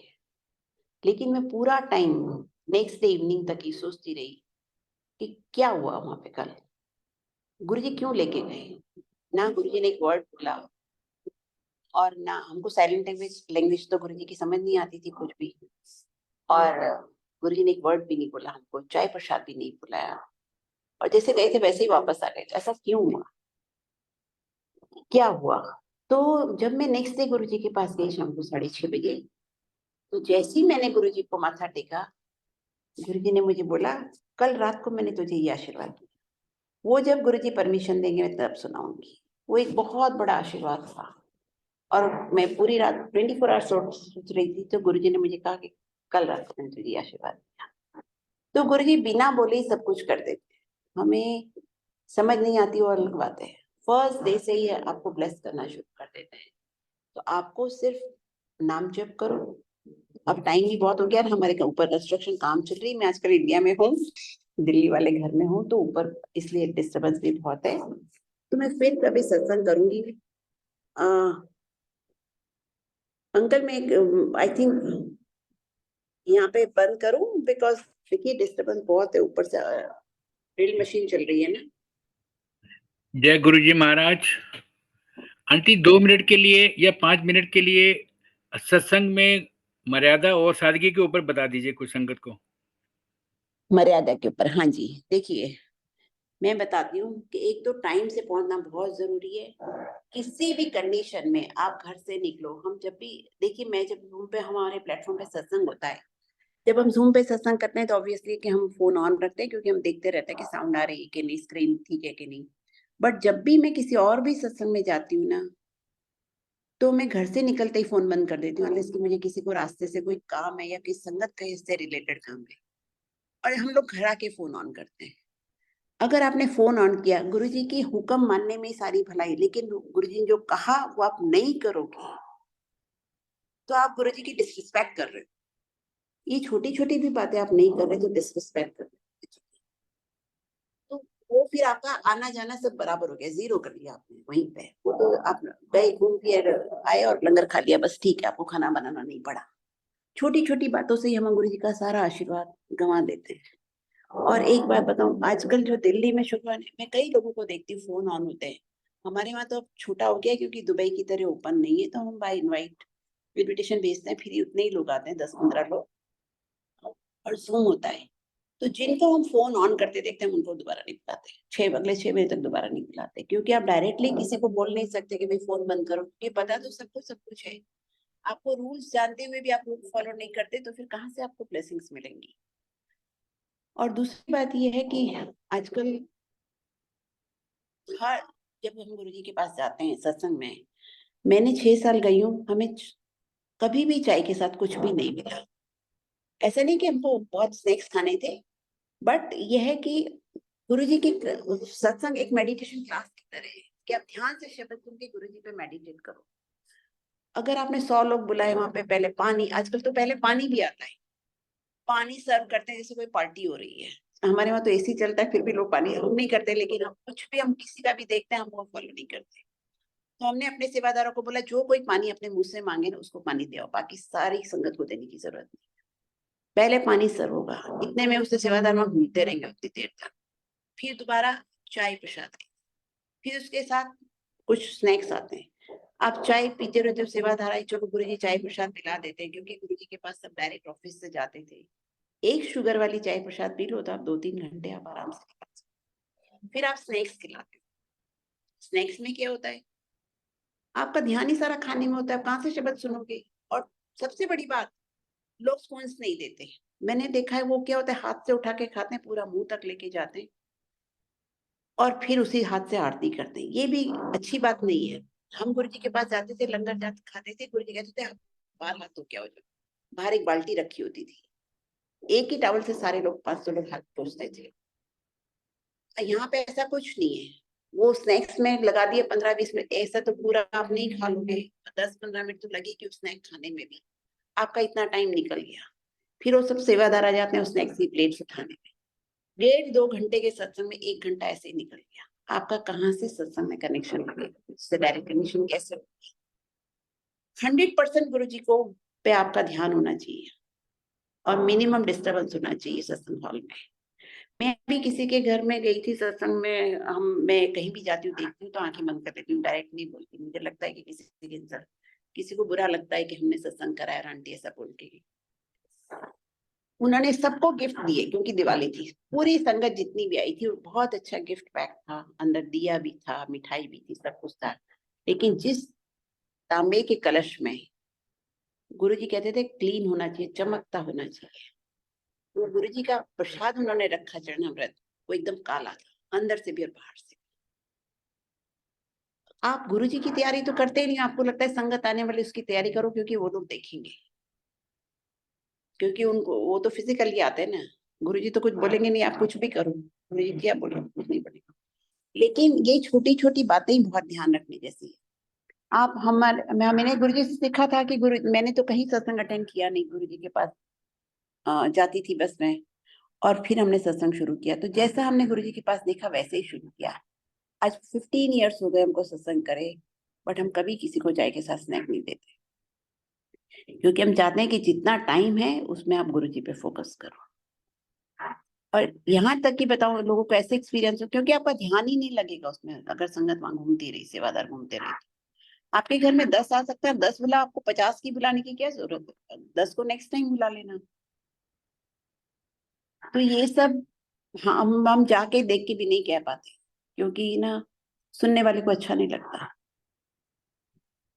बट ये सब ध्यान से पहले आपको पूरी गुरुजी की तैयारी करनी चाहिए। और गुरुजी तो कभी नहीं कहते थे बहुत कुछ करो, अगर कम से कम दिया और वो ग्लास तो साफ होना चाहिए ना। मैंने बहुत जगह दिए भी एकदम काले देखे हैं, और वो दिए की बत्ती क्या होगा, फ्लैट भी नहीं करते हैं, तो और नीचे से राउंड होती है, उसी को डाल के जला लेते हैं।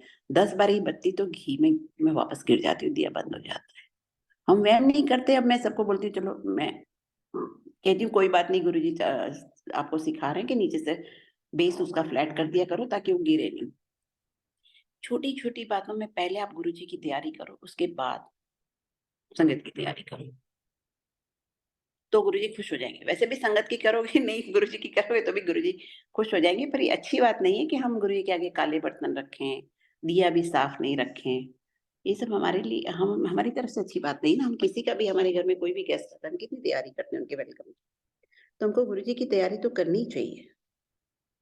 बट कैसे बोले ना, क्योंकि आप किसी के घर में जाके, उन्होंने तो अपनी तरफ से सब अच्छा कि उनका ध्यान नहीं था दिए में और ग्लास में, तो हम कैसे बोले उनको जाके? तो नहीं बोलते, चुप रहते हैं। हम कहते गुरुजी कहते हैं बस चुप रहो, तो मैं भी चुप रहती हूँ, देख के हम आ जाते हैं। और एक ना, कहीं भी देखिए आप, अ, अमृतसर में देखिए गुरुद्वारे में कितने लोग आते हैं। अब तो हमारे मंदिर में लाखों लोग आते हैं, कभी चावल नहीं देते। किसी भी अच्छे बड़े गुरुद्वारे में चावल नहीं देते। आजकल संगत में भी कितने लोग कड़ी चावल बना लेते हैं। और ये मैंने बहुत सालों पहले कहीं पढ़ा था कि चावल क्यों नहीं खाने चाहिए। और गुरुजी, अभी मैं एक अश्वनी शर्मा का भी सत्संग सुन रही थी, गुरुजी ने उनको भी कहा था कि चावल मत खाना। खीर खा सकते हो आप, खिचड़ी खा सकते हो, आई डोंट नो कि नहीं खा सकते। मैंने भी अब इतने सालों बाद जाके अब चावल छोड़ा है, लेकिन एक एक ये भी चीज़ है कि आप किसी को घर जाके उनको प्रॉब्लम ना करो कि जाके हम चावल नहीं खाएँगे, अब हमारे लिए रोटी बनाओ। अगर कोई ऑप्शन नहीं होता तो मैं उनको बोलती हूँ, नहीं, नहीं रहने दो, मैं चावल खा लूँगी। तो मैं 1 चम्मच खा लेती हूँ, बट वैसे मैं नहीं खाती। तो गुरुजी मना करते थे बहुत लोगों को। एक मैंने किसका सत्संग सुना था, रजनी अग्रवाल का। गुरुजी 3 चीज़ों के लिए मना करते हैं, चावल, चुगली और चीनी। तो जितना आप फ़ॉलो कर सकते हो ईज़िली उतना करो। बट ये सब तो हमें ध्यान रखना पड़ेगा कि आपको सिर्फ़ रोटियाँ बनानी पड़ेगी, आप चावल बना लेते हो। कुछ लोग आटा दे देते हैं, बाहर से रोटियाँ बनवा के लेके आते हैं। जितनी प्योरिटी से लेवल से आप रोटी बनाओगे, अपने घर में साफ रखोगे, सत्संग ये सब, वो बाहर वाला नहीं बना के लेके आएगा। क्योंकि उनको वो, मैं भी ऑनेस्टली बता रही हूँ, मैं भी कहीं जाती हूँ लेके, तो मैं नहीं बना पाती। तो मेरे हेल्पर्स ही बनाते, तो मैं ले जाती हूँ। बट ये सब नहीं होना चाहिए। जी, अगर आपके घर में जितनी जगह है उतने ही लोगों को बुलाओ, जितना आप कर सकते हो उतना ही करो। 4 सब्जियाँ बनाने की ज़रूरत नहीं है। आप जो गुरुजी बोलते थे ना, 1 दाल सब्जी रोटी बनाओ। फिर अंदर बाहर से 2 मिठाई लाने की भी ज़रूरत नहीं है। आजकल तो केक भी होता है, तो इतना बड़ा-बड़ा पीस बर्थडे केक में दे देते हैं। आदमी इतना लंगर खा ही नहीं सकता। गुरुजी वैसे भी बोलते थे कम खाना खाया करो। गुरुजी ने खुद एक दिन मुझे कहा था, सब कुछ खाने का थोड़ा-थोड़ा, क्योंकि ना मैं मीठा बहुत खाती थी। और गुरुजी मुझे मतलब इनडायरेक्ट में, देखिए गुरुजी किसी को एम्बैरेस नहीं करते थे। तो गुरुजी मुझे कहना नहीं चाहते थे कि तू इतना मीठा मत खाया कर। मैं बात समझ गई गुरुजी, बहुत इन प्यार से मुझे गुरुजी ने कहा सब कुछ खाने का थोड़ा-थोड़ा। तो ऐसे आप, दिवाली होएगी तो मिठाई भी रख देंगे, किसी के बच्चे का बर्थडे होगा तो 2-3 मिठाइयाँ रख देंगे। इतना थोड़ी खा सकता है। आजकल की यंग जनरेशन खाना नहीं चाहती, वेट मेंटेन करना चाहती है। 60 से ऊपर वैसे भी लोग खा नहीं सकते, फिर आप प्रसाद के नाम के ऊपर 3 टाइम्स क्वांटिटी नहीं खिला सकते। बहुत-बहुत ध्यान से, बहुत सिम्प्लिसिटी से रहना चाहिए। और देखो, सिम्प्लिसिटी की बात बताऊँ, जब मैं जाती थी, मैं यहाँ से जाती थी, किसी को नहीं पता था, मैं कोई ज्वेलरी पहन के नहीं जाती थी। मैं कोई एक्सपेंसिव कपड़े पहन के नहीं जाती थी, क्योंकि मेरे पास पार्ट टाइम मिल जाती थी, तो मैं ड्राई क्लीन वाले कपड़े नहीं अफ़ोर्ड कर सकती थी पहनना। मैं एक सिंपल से, मैंने 6 सूट रखे हुए थे समर के और 4 विंटर के रखे हुए थे, कि कभी मेड ना आए, मुझे धोना भी पड़े, तो मैंने हालाँकि लाइफ़ में कभी कपड़े नहीं धोए, मुझे वो नहीं अच्छा लगता। तो मैं पानी में निकाल दूँ बस, मैं इतने ही मैंने रखा हुआ था, कोई ज्वेलरी नहीं, कुछ भी नहीं, क्योंकि मैं रात में आती-जाती थी। तो मुझे थोड़ा ये ध्यान रखना पड़ता था अपना कि थोड़ा ध्यान से रहूँ।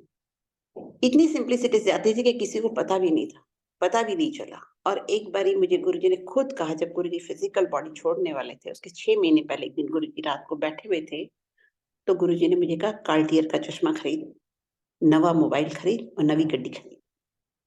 ये क्योंकि देखिए, भगवान सबको एक्सेप्ट करते हैं, उनको सिम्प्लिसिटी चाहिए, लेकिन दुनिया में जब आप बाहर जाओगी तो वो लोग नहीं एक्सेप्ट करेंगे आपको। वो कपड़े देख के और ब्रांड्स देख के कि कौन से ब्रांड का पर्स है, कौन से ब्रांड का चश्मा है, वही देख के लोग एक्सेप्ट करते हैं। तो इसलिए सत्संगत में बहुत सिम्प्लिसिटी होनी चाहिए। ये नहीं कि आप रोज़ नए कपड़े बनवा रहे हो, फुल मेकअप करके जा रहे हो, गुरुजी ने ऐसा किसी को नहीं कहा। एक बार मुझे याद है, पंजाब की कोई संगत थी, वो लड़की लंदन में भी थी। तो उसको गुरुजी ने कहा था कि उसने कहा, गुरुजी हमारे पास तो ऐसे कपड़े हैं नहीं जो सब पहन के आते हैं दिल्ली में।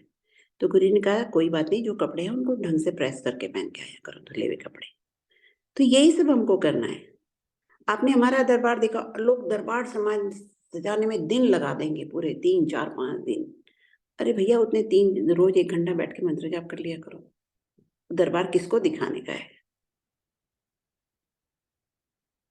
पर करते हैं सब लोग, हम नहीं बोलते, पर हम नहीं करते। हमारा ज़ूम का प्लेटफ़ॉर्म पे आपने देखा होगा, कुछ भी नहीं होता है। हमने 2 स्वरूप रखे हुए हैं गुरुजी के और 1 दिया जलाते हैं बस। वैसे भी दुबई में सब कुछ ओपन है, वहाँ पे हमारे पास ओपन नहीं है।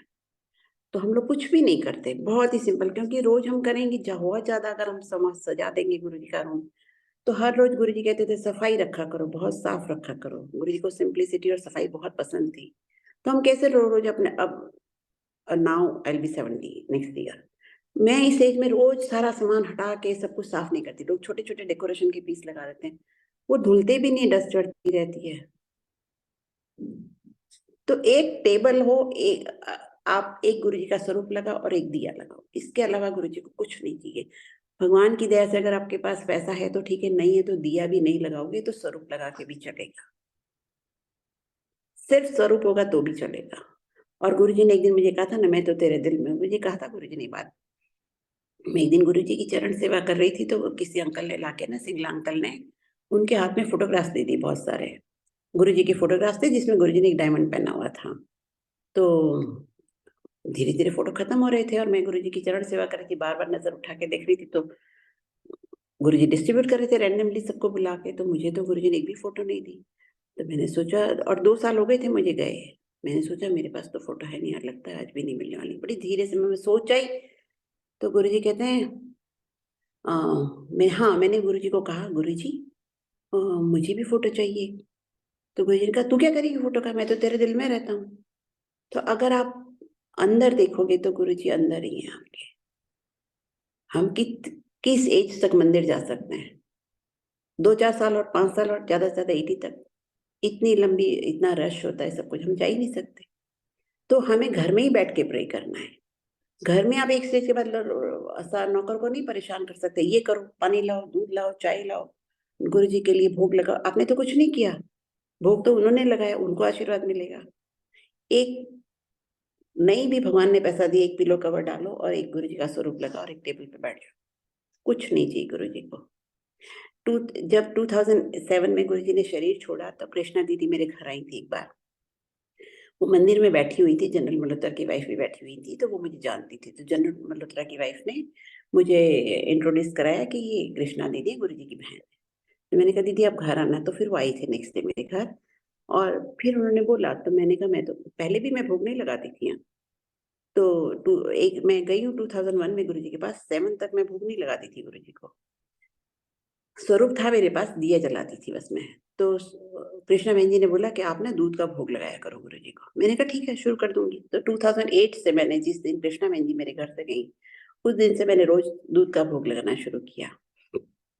तो मैं कितनी बारी दूध, जैसे सुबह भोग लगाती थी पूजा करते टाइम, तो मैं 4 में डिवाइड करती थी, 2 मेरे हेल्पर्स और हम दोनों।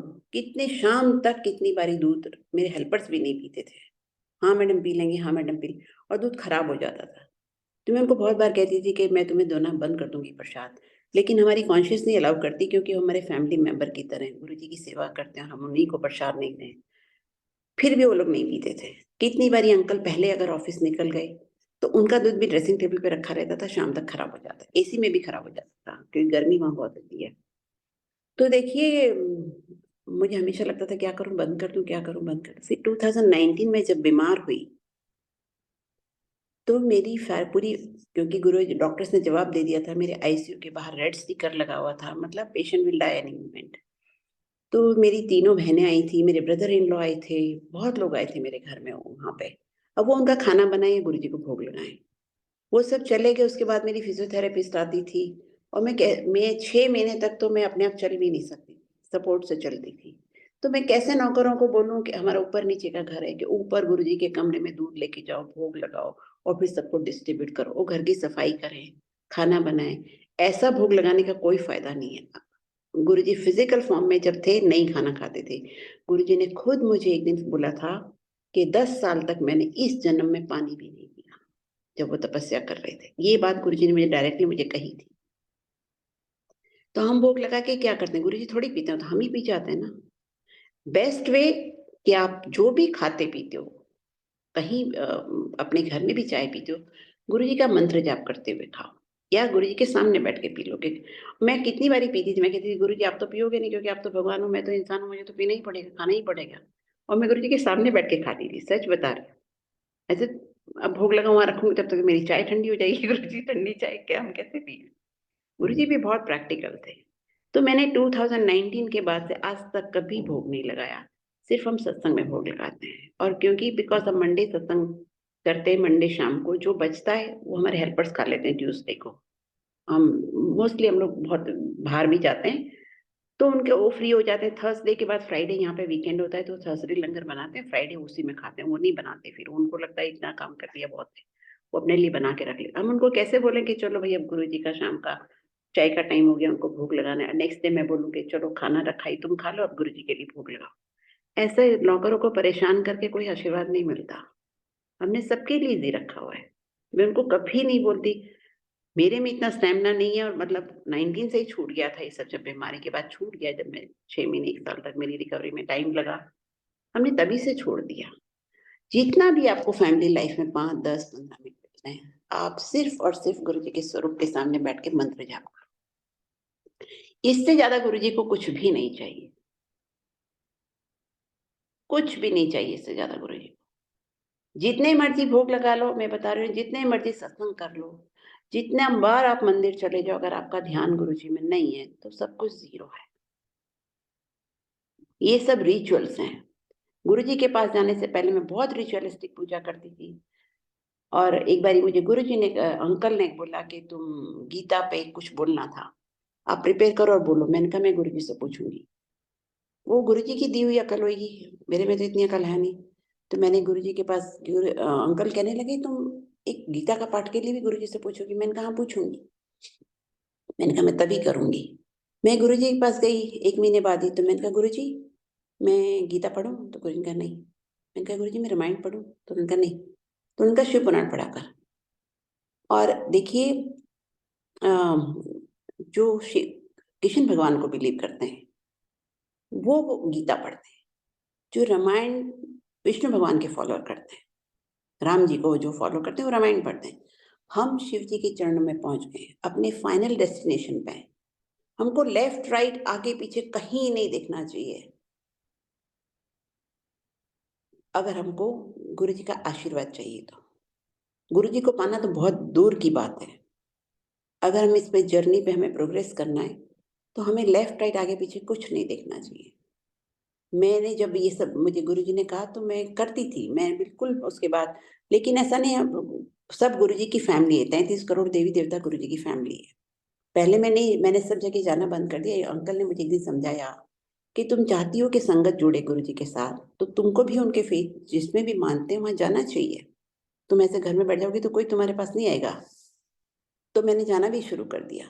मैं साल में 1 बार, हमारे वहाँ नवरात्रि की रामायण होती है, अंकल एंड करते हैं तो मैं 1-2 लाइन पढ़ती हूँ बस, टू रिस्पेक्ट। क्योंकि वो गुरुजी की फैमिली है। ब्रह्मा, विष्णु, महेश में कहते हैं ना कोई फ़र्क नहीं होता। तो मैं गुरुजी ने मुझे मना किया इसलिए मैं कभी नहीं पढ़ती। मैं पहले पूरी-पूरी रामायण पढ़ती थी और फिर मैं तब से सिर्फ़ अंकल को भी ऑनर करने के लिए और बाकी सबको भी ऑनर करने के लिए मैं सिर्फ़ लास्ट डे अगर मैं जाती हूँ मैं अभी तक तो लास्ट डे जाती हूँ मंदिर में। तो अगर हमारा सत्संग नहीं होता तो ही जाती हूँ। अगर सपोज़ हमारा मंडे है सत्संग है तो फिर मैं नहीं जाऊँगी। अपना गुरु पहले, अपना हस्बैंड पहले, अपना फादर पहले, उसी तरह हमारा गुरु सब कुछ है। पर जैसे हम अपने रिश्तेदारों के घर जाते हैं, ऐसे मैं दूसरी पूजाओं में भी जाती हूँ।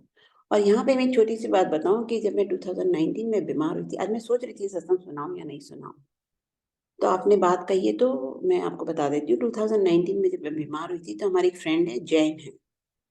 वो श्रीनाथ जी को मानते हैं। तो उन्होंने श्रीनाथ जी से प्रे किया था कि अगर ये आंटी ठीक हो गई, क्योंकि उस टाइम वो रहते बॉम्बे में हैं, तो मैं इन आंटी को यहाँ लेके आऊँगा। तो वो हमको 2 साल से कह रहे थे, जब मैंने फुल्ली रिकवर कर लिया कि भई हमारी मन्नत पूरी करवा दो। तो हर बार वेदर गर्मी की वजह से हम जाते नहीं थे, समहाउ प्रोग्राम नहीं बना। इस बार हमने कहा वेदर अच्छा होगा, चलो अभी चलते हैं। अभी मैं 3 दिन पहले श्रीनाथ जी जाके आई हूँ। तो इसलिए नहीं गई क्योंकि हमें उनको भी रिस्पेक्ट करना है। वो जिनको मानते हैं उनकी अब हम ऐसे नहीं बोल सकते हम तो गुरु जी को मान रहे हैं तो श्रीनाथ जी को नहीं जाएँगे, हम आपकी मन्नत पूरी नहीं करवाएँगे। हम एक आम इंसान से भी बात करते हैं, रेस्टोरेंट में भी जाते हैं, तो वो तो भगवान का घर है। गुरु जी के फैमिली मेंबर हैं वो। तो मैं गई श्रीनाथ जी, बहुत अच्छा ट्रिप रहा और लास्ट उन्होंने एक जैन मंदिर दिखा और उसमें बहुत कुछ सीखने को गुरु जी ने मुझे शायद सीखने भेजा था। वो फिर हमको रास्ते में अपने गाँव लेके गए। वो बहुत बड़े बिल्डर हैं बॉम्बे में और उन्होंने कहा कि इस गाँव में एक गोल्डन टेम्पल है। और हर उन्होंने क्या डोनेट किया, कितना गोल्ड डोनेट किया ये मुझे नहीं बताया, हमको नहीं बताया, हमने पूछा भी नहीं क्योंकि कोई बताएगा भी नहीं। लेकिन उन्होंने मुझे एक बात बताई कि इस गाँव के हर घर में से लोगों ने 10-10 ग्राम गोल्ड डोनेट किया है। तो देखिए गाँव वालों में भी इतनी अकल होती है। उन्होंने अपने भगवान के लिए सोना दान किया। और इसी से रिलेटेड मैं अपना एक सत्संग बताऊँ कि जब मेरी बेटी की शादी थी, 1 हफ्ते पहले मेरा वो फाइनल टेस्ट था। गुरुजी ने मुझे कहा अपना सारा किसी के थ्रू एक मीडिएटर थी हमारी संगत का नाम मैं नहीं बताऊँगी।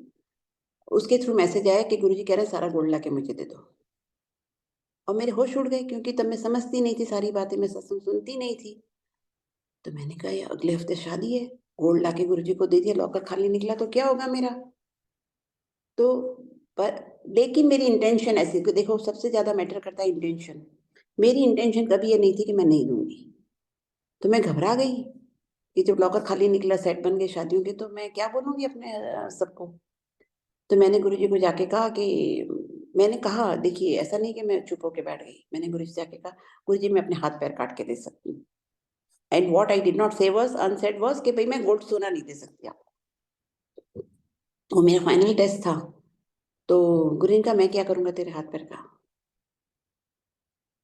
और उसके बाद मैं जाके और एक कोई हमारे वहाँ पे भी ना एक यंग कपल आता था संगत में जुड़ गया। तो वो कपल ने मुझे एक दिन बताया कि आंटी बोले हम उसके गुरु कोई और थे, वाइफ के हस्बैंड के गुरु कोई और थे, दोनों साउथ इंडियन थे और साउथ में कहीं से थे। एक के गुरु राघवेंद्र थे, पता नहीं हस्बैंड के थे कि वाइफ के। तो कह रही थी कि यंग कपल था विथ 3 डॉटर्स। कहती जब भी हम समर वेकेशन में इंडिया जाते हैं ना, मेरे हस्बैंड 10 ग्राम का गोल्ड का कॉइन अपने गुरु को दे के आता है, मैं 10 ग्राम का गोल्ड का कॉइन अपने अपने गुरु को दे के आती हूँ। तो every year 20 grams of gold वो अपने गुरु को दे के आते थे। आप सोचो हमारे गुरु ने हमें कुछ करने को नहीं कहा, हमने कुछ किया भी नहीं। कितने थर्ड क्लास डिसाइपल हम लोग थे। फिर भी गुरु जी ने आशीर्वादों की बरसात हम पे बरसाई है। 1 ग्राम भी गोल्ड हमने गुरु जी को नहीं दिया। शर्म से मर जाना चाहिए हम लोगों को। जब मैं सुनी तो मैं इतना पानी-पानी हो गई कि हमने क्या किया। इतने यंग लोग बट धीरे-धीरे गुरु समझा देते हैं कि गुरु जी सबको ट्रेन करते हैं। आपकी जर्नी कहाँ से शुरू हुई किसी को नहीं पता। गुरु जी की एक ही मेडिटेशन क्लास में कोई पीएचडी कर रहा है। कोई नर्सरी में है, कोई 10th पढ़ रहा है, इसलिए वो वैसे ही बिहेव करेंगे। अब तो कोई मोबाइल भी देखता है तो मुझे बुरा नहीं लगता, मुझे लगता है ये नर्सरी क्लास के स्टूडेंट हैं, उनको नहीं सुनना तो नहीं सुनेंगे। वो नहीं सुनेंगे, आप चाहे जितना मर्ज़ी कह लो, वो आपकी बात नहीं सुनेंगे। इसलिए ये सब तो गुरुजी को पता है कौन कहाँ से शुरू हुआ है, और उसी हिसाब से उनका बिहेवियर भी वैसा होगा, उनकी भक्ति भी वैसी होगी। तो हमको ना किसी को जज करें, ना कुछ, हम अपना कनेक्शन बनाएँ। जो गलतियाँ हो गई यहाँ पे सब कुछ माफ़ है। मैं बता रही हूँ यहाँ पे मर्डर भी माफ़ है। लेकिन अगला मर्डर मत करो गुरुजी के पास आने के बाद किसी और का।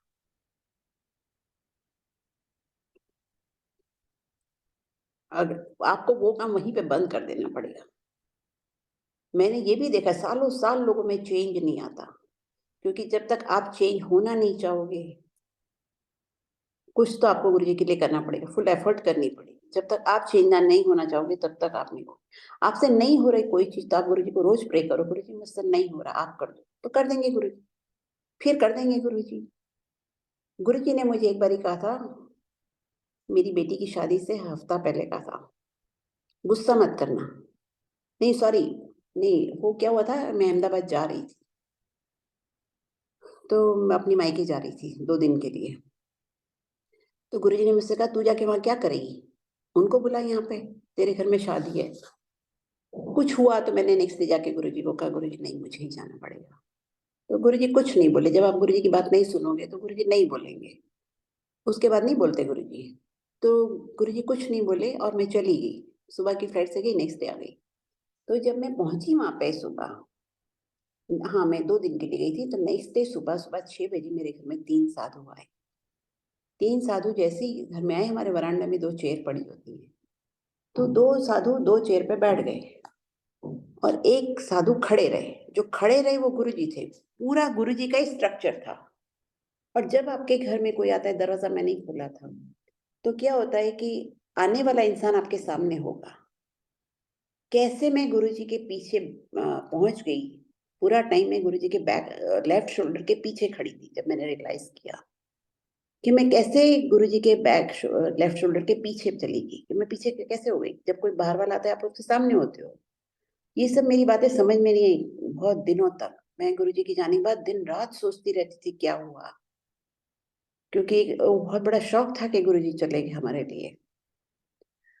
तो वो जो साधु दोनों बैठे हुए थे, उसमें से एक ने बोला, गुस्सा मत करना, और कुछ नहीं बोला। और उसी टाइम मेरा भाई उतर के आ गया, तो उन्होंने कहा हमको 1 किलो घी चाहिए। मेरे भाई को बाहर भेज दिया उन्होंने इस बहाने। सुबह-सुबह 6 बजे घी लेने भेज दिया। और गुरुजी ने सर से पैर तक, गुरुजी का सर भी कवर्ड था। हाथ-पैर कुछ भी नहीं दिख रहा था। मैंने कोई ऐसा हिंदू साधु नहीं देखा, कोई सेंट नहीं देखा, हिंदू साधु तो छोड़ो, कोई भी सेंट कहीं का भी हो मैंने नहीं देखा कि जिसका सर से पैर तक फिंगर भी ना दिखाई दे और टोज़ भी ना दिखाई दे। बाद में मुझे रियलाइज़ हो गया कि वो गुरुजी थे, बट गुरुजी एक वर्ड भी नहीं बोले।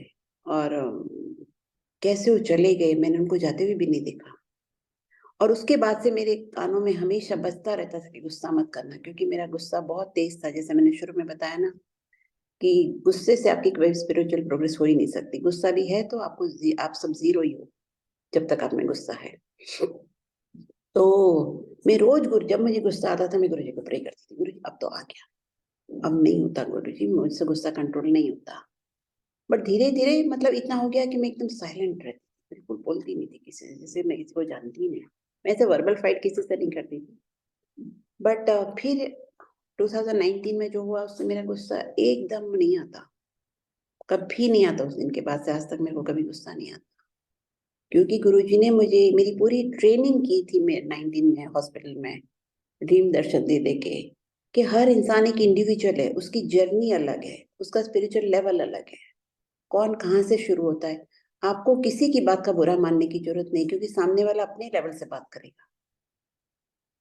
80 साल की एज में भी 5 साल का बच्चा होता है, और 5 साल के बच्चे में भी 80 साल का माइंड होता है। मेरे दोनों बेटियाँ जब गुरुजी के पास एंटर होती थी, तो मेरी बड़ी बेटी हाइट में भी बड़ी है, और छोटी हाइट में भी छोटी है, और मेरी छोटी बेटी एकदम स्केलेटन जैसी ही बड़ी हेल्दी है। देखने से मेरी बड़ी बेटी बड़ी लगती है, छोटी-छोटी लगती है। फिर भी गुरुजी अपनी फर्स्ट फिंगर पॉइंट आउट करके बोलते थे, "तू बड़ी के तू बड़ी, तू बड़ी के तू बड़ी।" हमें समझ में नहीं आता था गुरुजी ऐसा क्यों बोलते हैं? और हम जाते थे तो गुरुजी अपना हाथ आगे कर देते थे, मेरी छोटी बेटी के सामने। हम दोनों बड़े, हमारी बेटी बड़ी, हम 3 बड़े लोग हैं, और हमारी छोटी बेटी से गुरुजी हैंडशेक करते थे। तो हमें समझ में नहीं आती थी कि इसको बड़ी क्यों बोलते हैं गुरुजी। लेकिन हमें बाद में सब समझ में आई, वो स्पिरिचुअली बहुत इवॉल्व्ड है। उसको बहुत गुरुजी की अंडरस्टैंडिंग क्लियर है बहुत बारे में।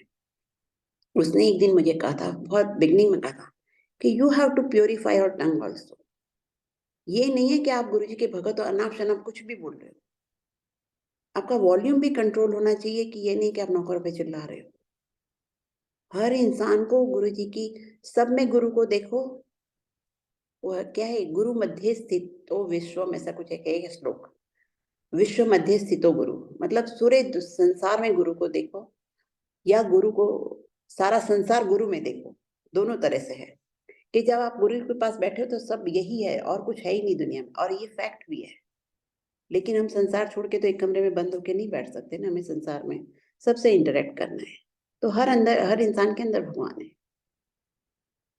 और मैं आपका जो राजस्थान की जर्नी सुना रही थी, तो फिर गुरुजी ने मेरा कंट्रोल कर दिया। ऐसा आप प्रे करो, अगर आपकी नेगेटिविटी नहीं जा रही तो फिर गुरुजी कर देंगे। आपको कोशिश पहले आप करो, नहीं तो फिर गुरुजी करेंगे।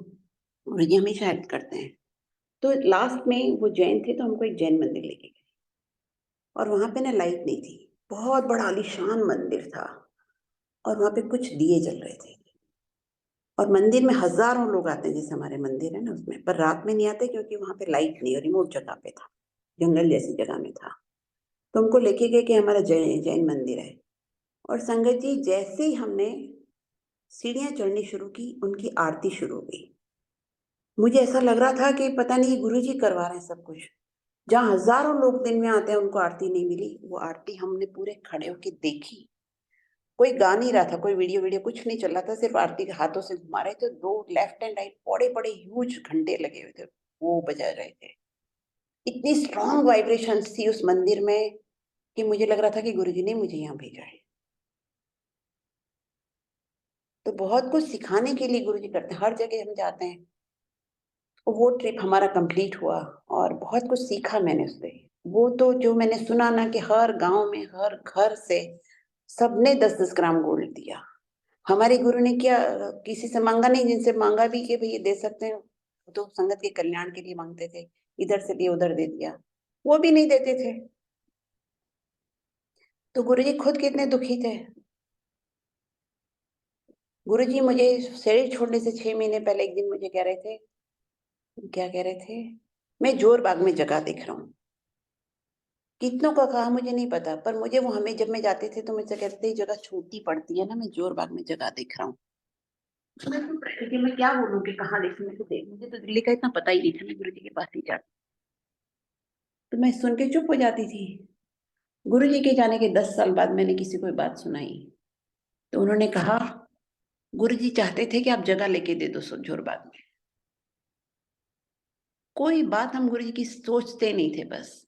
अगर उन्होंने कहा, और जब बार बार कहते थे, शायद मैं अपने हस्बैंड को बोलती कि गुरु जी बार बार कहते हैं जोर बाग में जगह देख रहा हूँ, बड़ा ये जगह छोटी पड़ती है, हम कभी डिस्कस करते तो शायद कुछ हो पाता। लेकिन हमने गुरुजी की हर बात सुनी, बस अनसुनी कर दी। फिर भी गुरुजी ने हर गलती माफ करके हमें बड़े बड़े आशीर्वाद दिए। मुझे एंड तक समझ नहीं आई थी कि गुरुजी ने शरीर क्यों छोड़ दिया। वो तो जगह देख रहे थे, शिफ्ट करना चाहते थे। संगत भी नहीं कोऑपरेट करती थी। आपको पता है गुरुजी कितना कितना आशीर्वाद बरसा रहे थे लोग। मैं इससे ज्यादा कह भी नहीं सकती क्या हूँ, मैं खुद ही उसमें से हूँ जो मैंने कुछ भी फॉलो नहीं किया गुरुजी की फिजिकल लाइफ में। बहुत बहुत अफसोस है, इसलिए मैं ऐसे सत्संग सुनाती हूँ कि आगे की जनरेशन को कभी किसी गुरु के सामने मुंह नहीं खोलना चाहिए। मैं बहुत फ्री हो गई थी, गुरु से हर तरह की बातें करती थी। तो गुरुजी ने एक दिन मुझे कहा था एंड में कि जो गुरु बोलते हैं उसको बोलते हैं यस।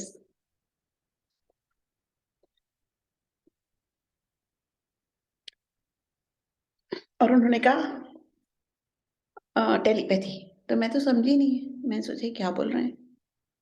तो उनका मतलब था कि मैं अब टेलीपैथी से बात करूंगा। वो मुझे समझा गए कि वो जा रहे हैं, पर मैं समझी नहीं। समझा तो उन्होंने मुझे शुरू में ही दिया था जब वो कमरे में चले गए थे। पर हम सोचते तो समझते ना, सारा टाइम 24 आवर्स जिस दिन से मैंने गुरु जी को देखा।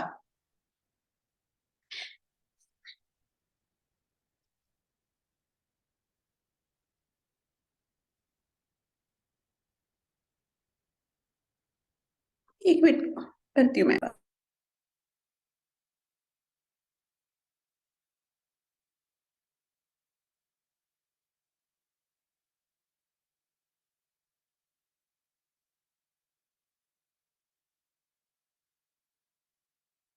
जिस दिन से मैंने गुरुजी को देखा 24 आवर्स में गुरुजी गुरुजी करती थी, लेकिन जो गुरुजी ने कहा वो नहीं करती थी मैं। गुरुजी ने एक दिन खुद मुझे कहा था, गुरुजी गुरुजी करते हो? गुरुजी अपने कमरे में जा रहे थे, मुझे कहते हैं गुरुजी गुरुजी करते हो? गुरुजी बोलते हैं तो सुनते नहीं हो। ऐसे तो डिसाइपल्स गुरुजी के पल्ले पड़े। आप जाके देखो कि कितने लोग गुरु की सेवा कैसे-कैसे करते हैं।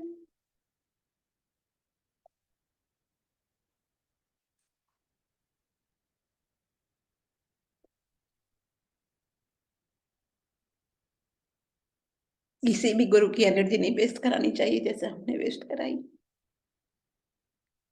मुझे ज़िंदा रखने में गुरुजी ने बहुत अपनी एनर्जी लगाई है।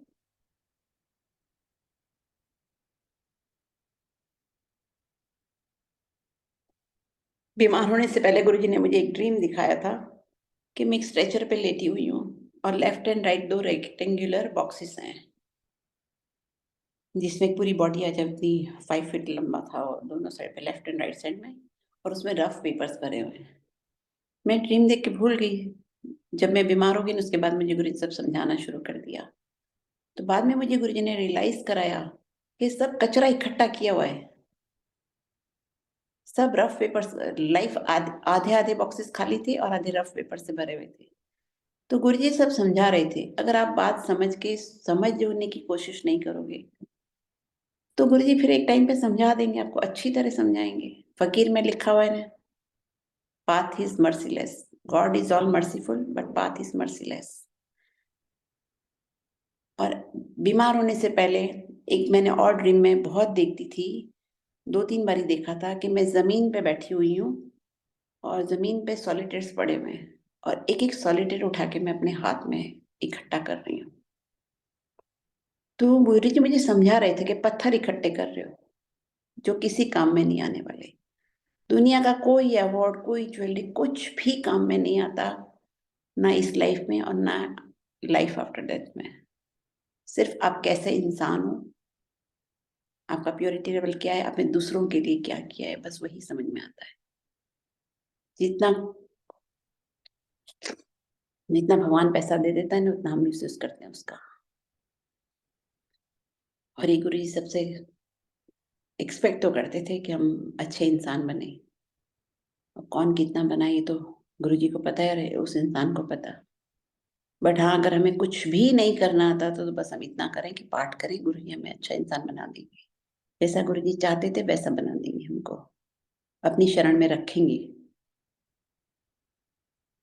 इतना तो हमको मिनिमम इतना तो करना ही पड़ेगा कि अपने घर में ही बैठ के गुरुजी का नाम जपते रहो, तो गुरुजी आपको एक दिन वो सब कुछ दे देंगे, आप डिज़र्व नहीं करते तो भी, जो देने आए थे। बट यहाँ हमारी जर्नी बहुत लंबी हो जाती है। अब किसकी लाइफ़ कितनी यहाँ पे हमें पता नहीं। कुछ लोग बोलते हैं वो अगले जन्म में, अगला जन्म नहीं एक्सपेक्ट करना चाहिए। पूर्ण गुरु मिल जाने के बाद इसी जन्म में मोक्ष होना चाहिए हमारा। हमारे कर्म, हमारा हर चीज़, सब कुछ हमको प्यूरीफाई करना है। हर वर्ड हमें सोच समझ के बोलना चाहिए, दूसरों को स्पेशली। किसी को हम हर्ट नहीं कर सकते। ये सब बीत गया, अब गुरुजी के पास ये सब नहीं चलता।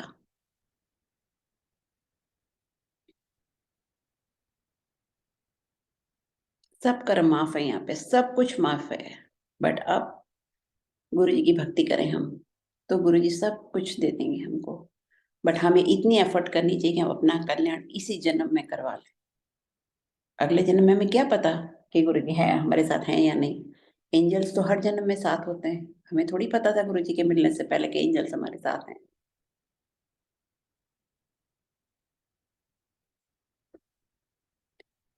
ओह!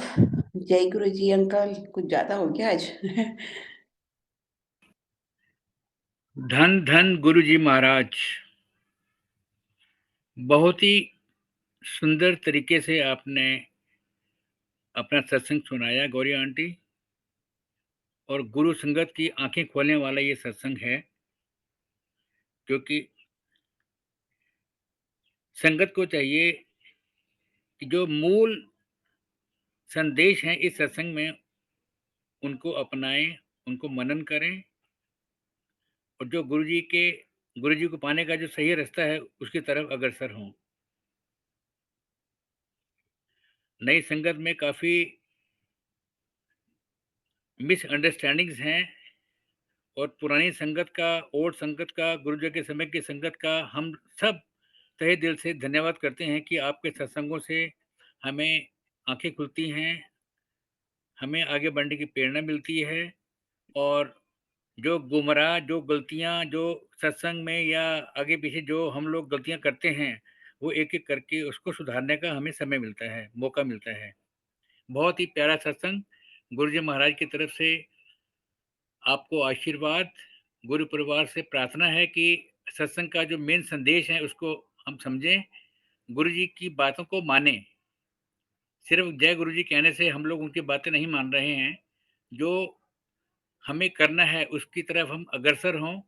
हम गलतियाँ करते हैं, लेकिन मनन करने से वो गलतियाँ एक-एक करके ठीक हो जाती हैं। गुरु परिवार की तरफ से बहुत-बहुत धन्यवाद आंटी। गुरु महाराज की कृपा हम सब पर बनी रहे। इसी के साथ अब हम सब गुरु जी महाराज से आज्ञा लेंगे।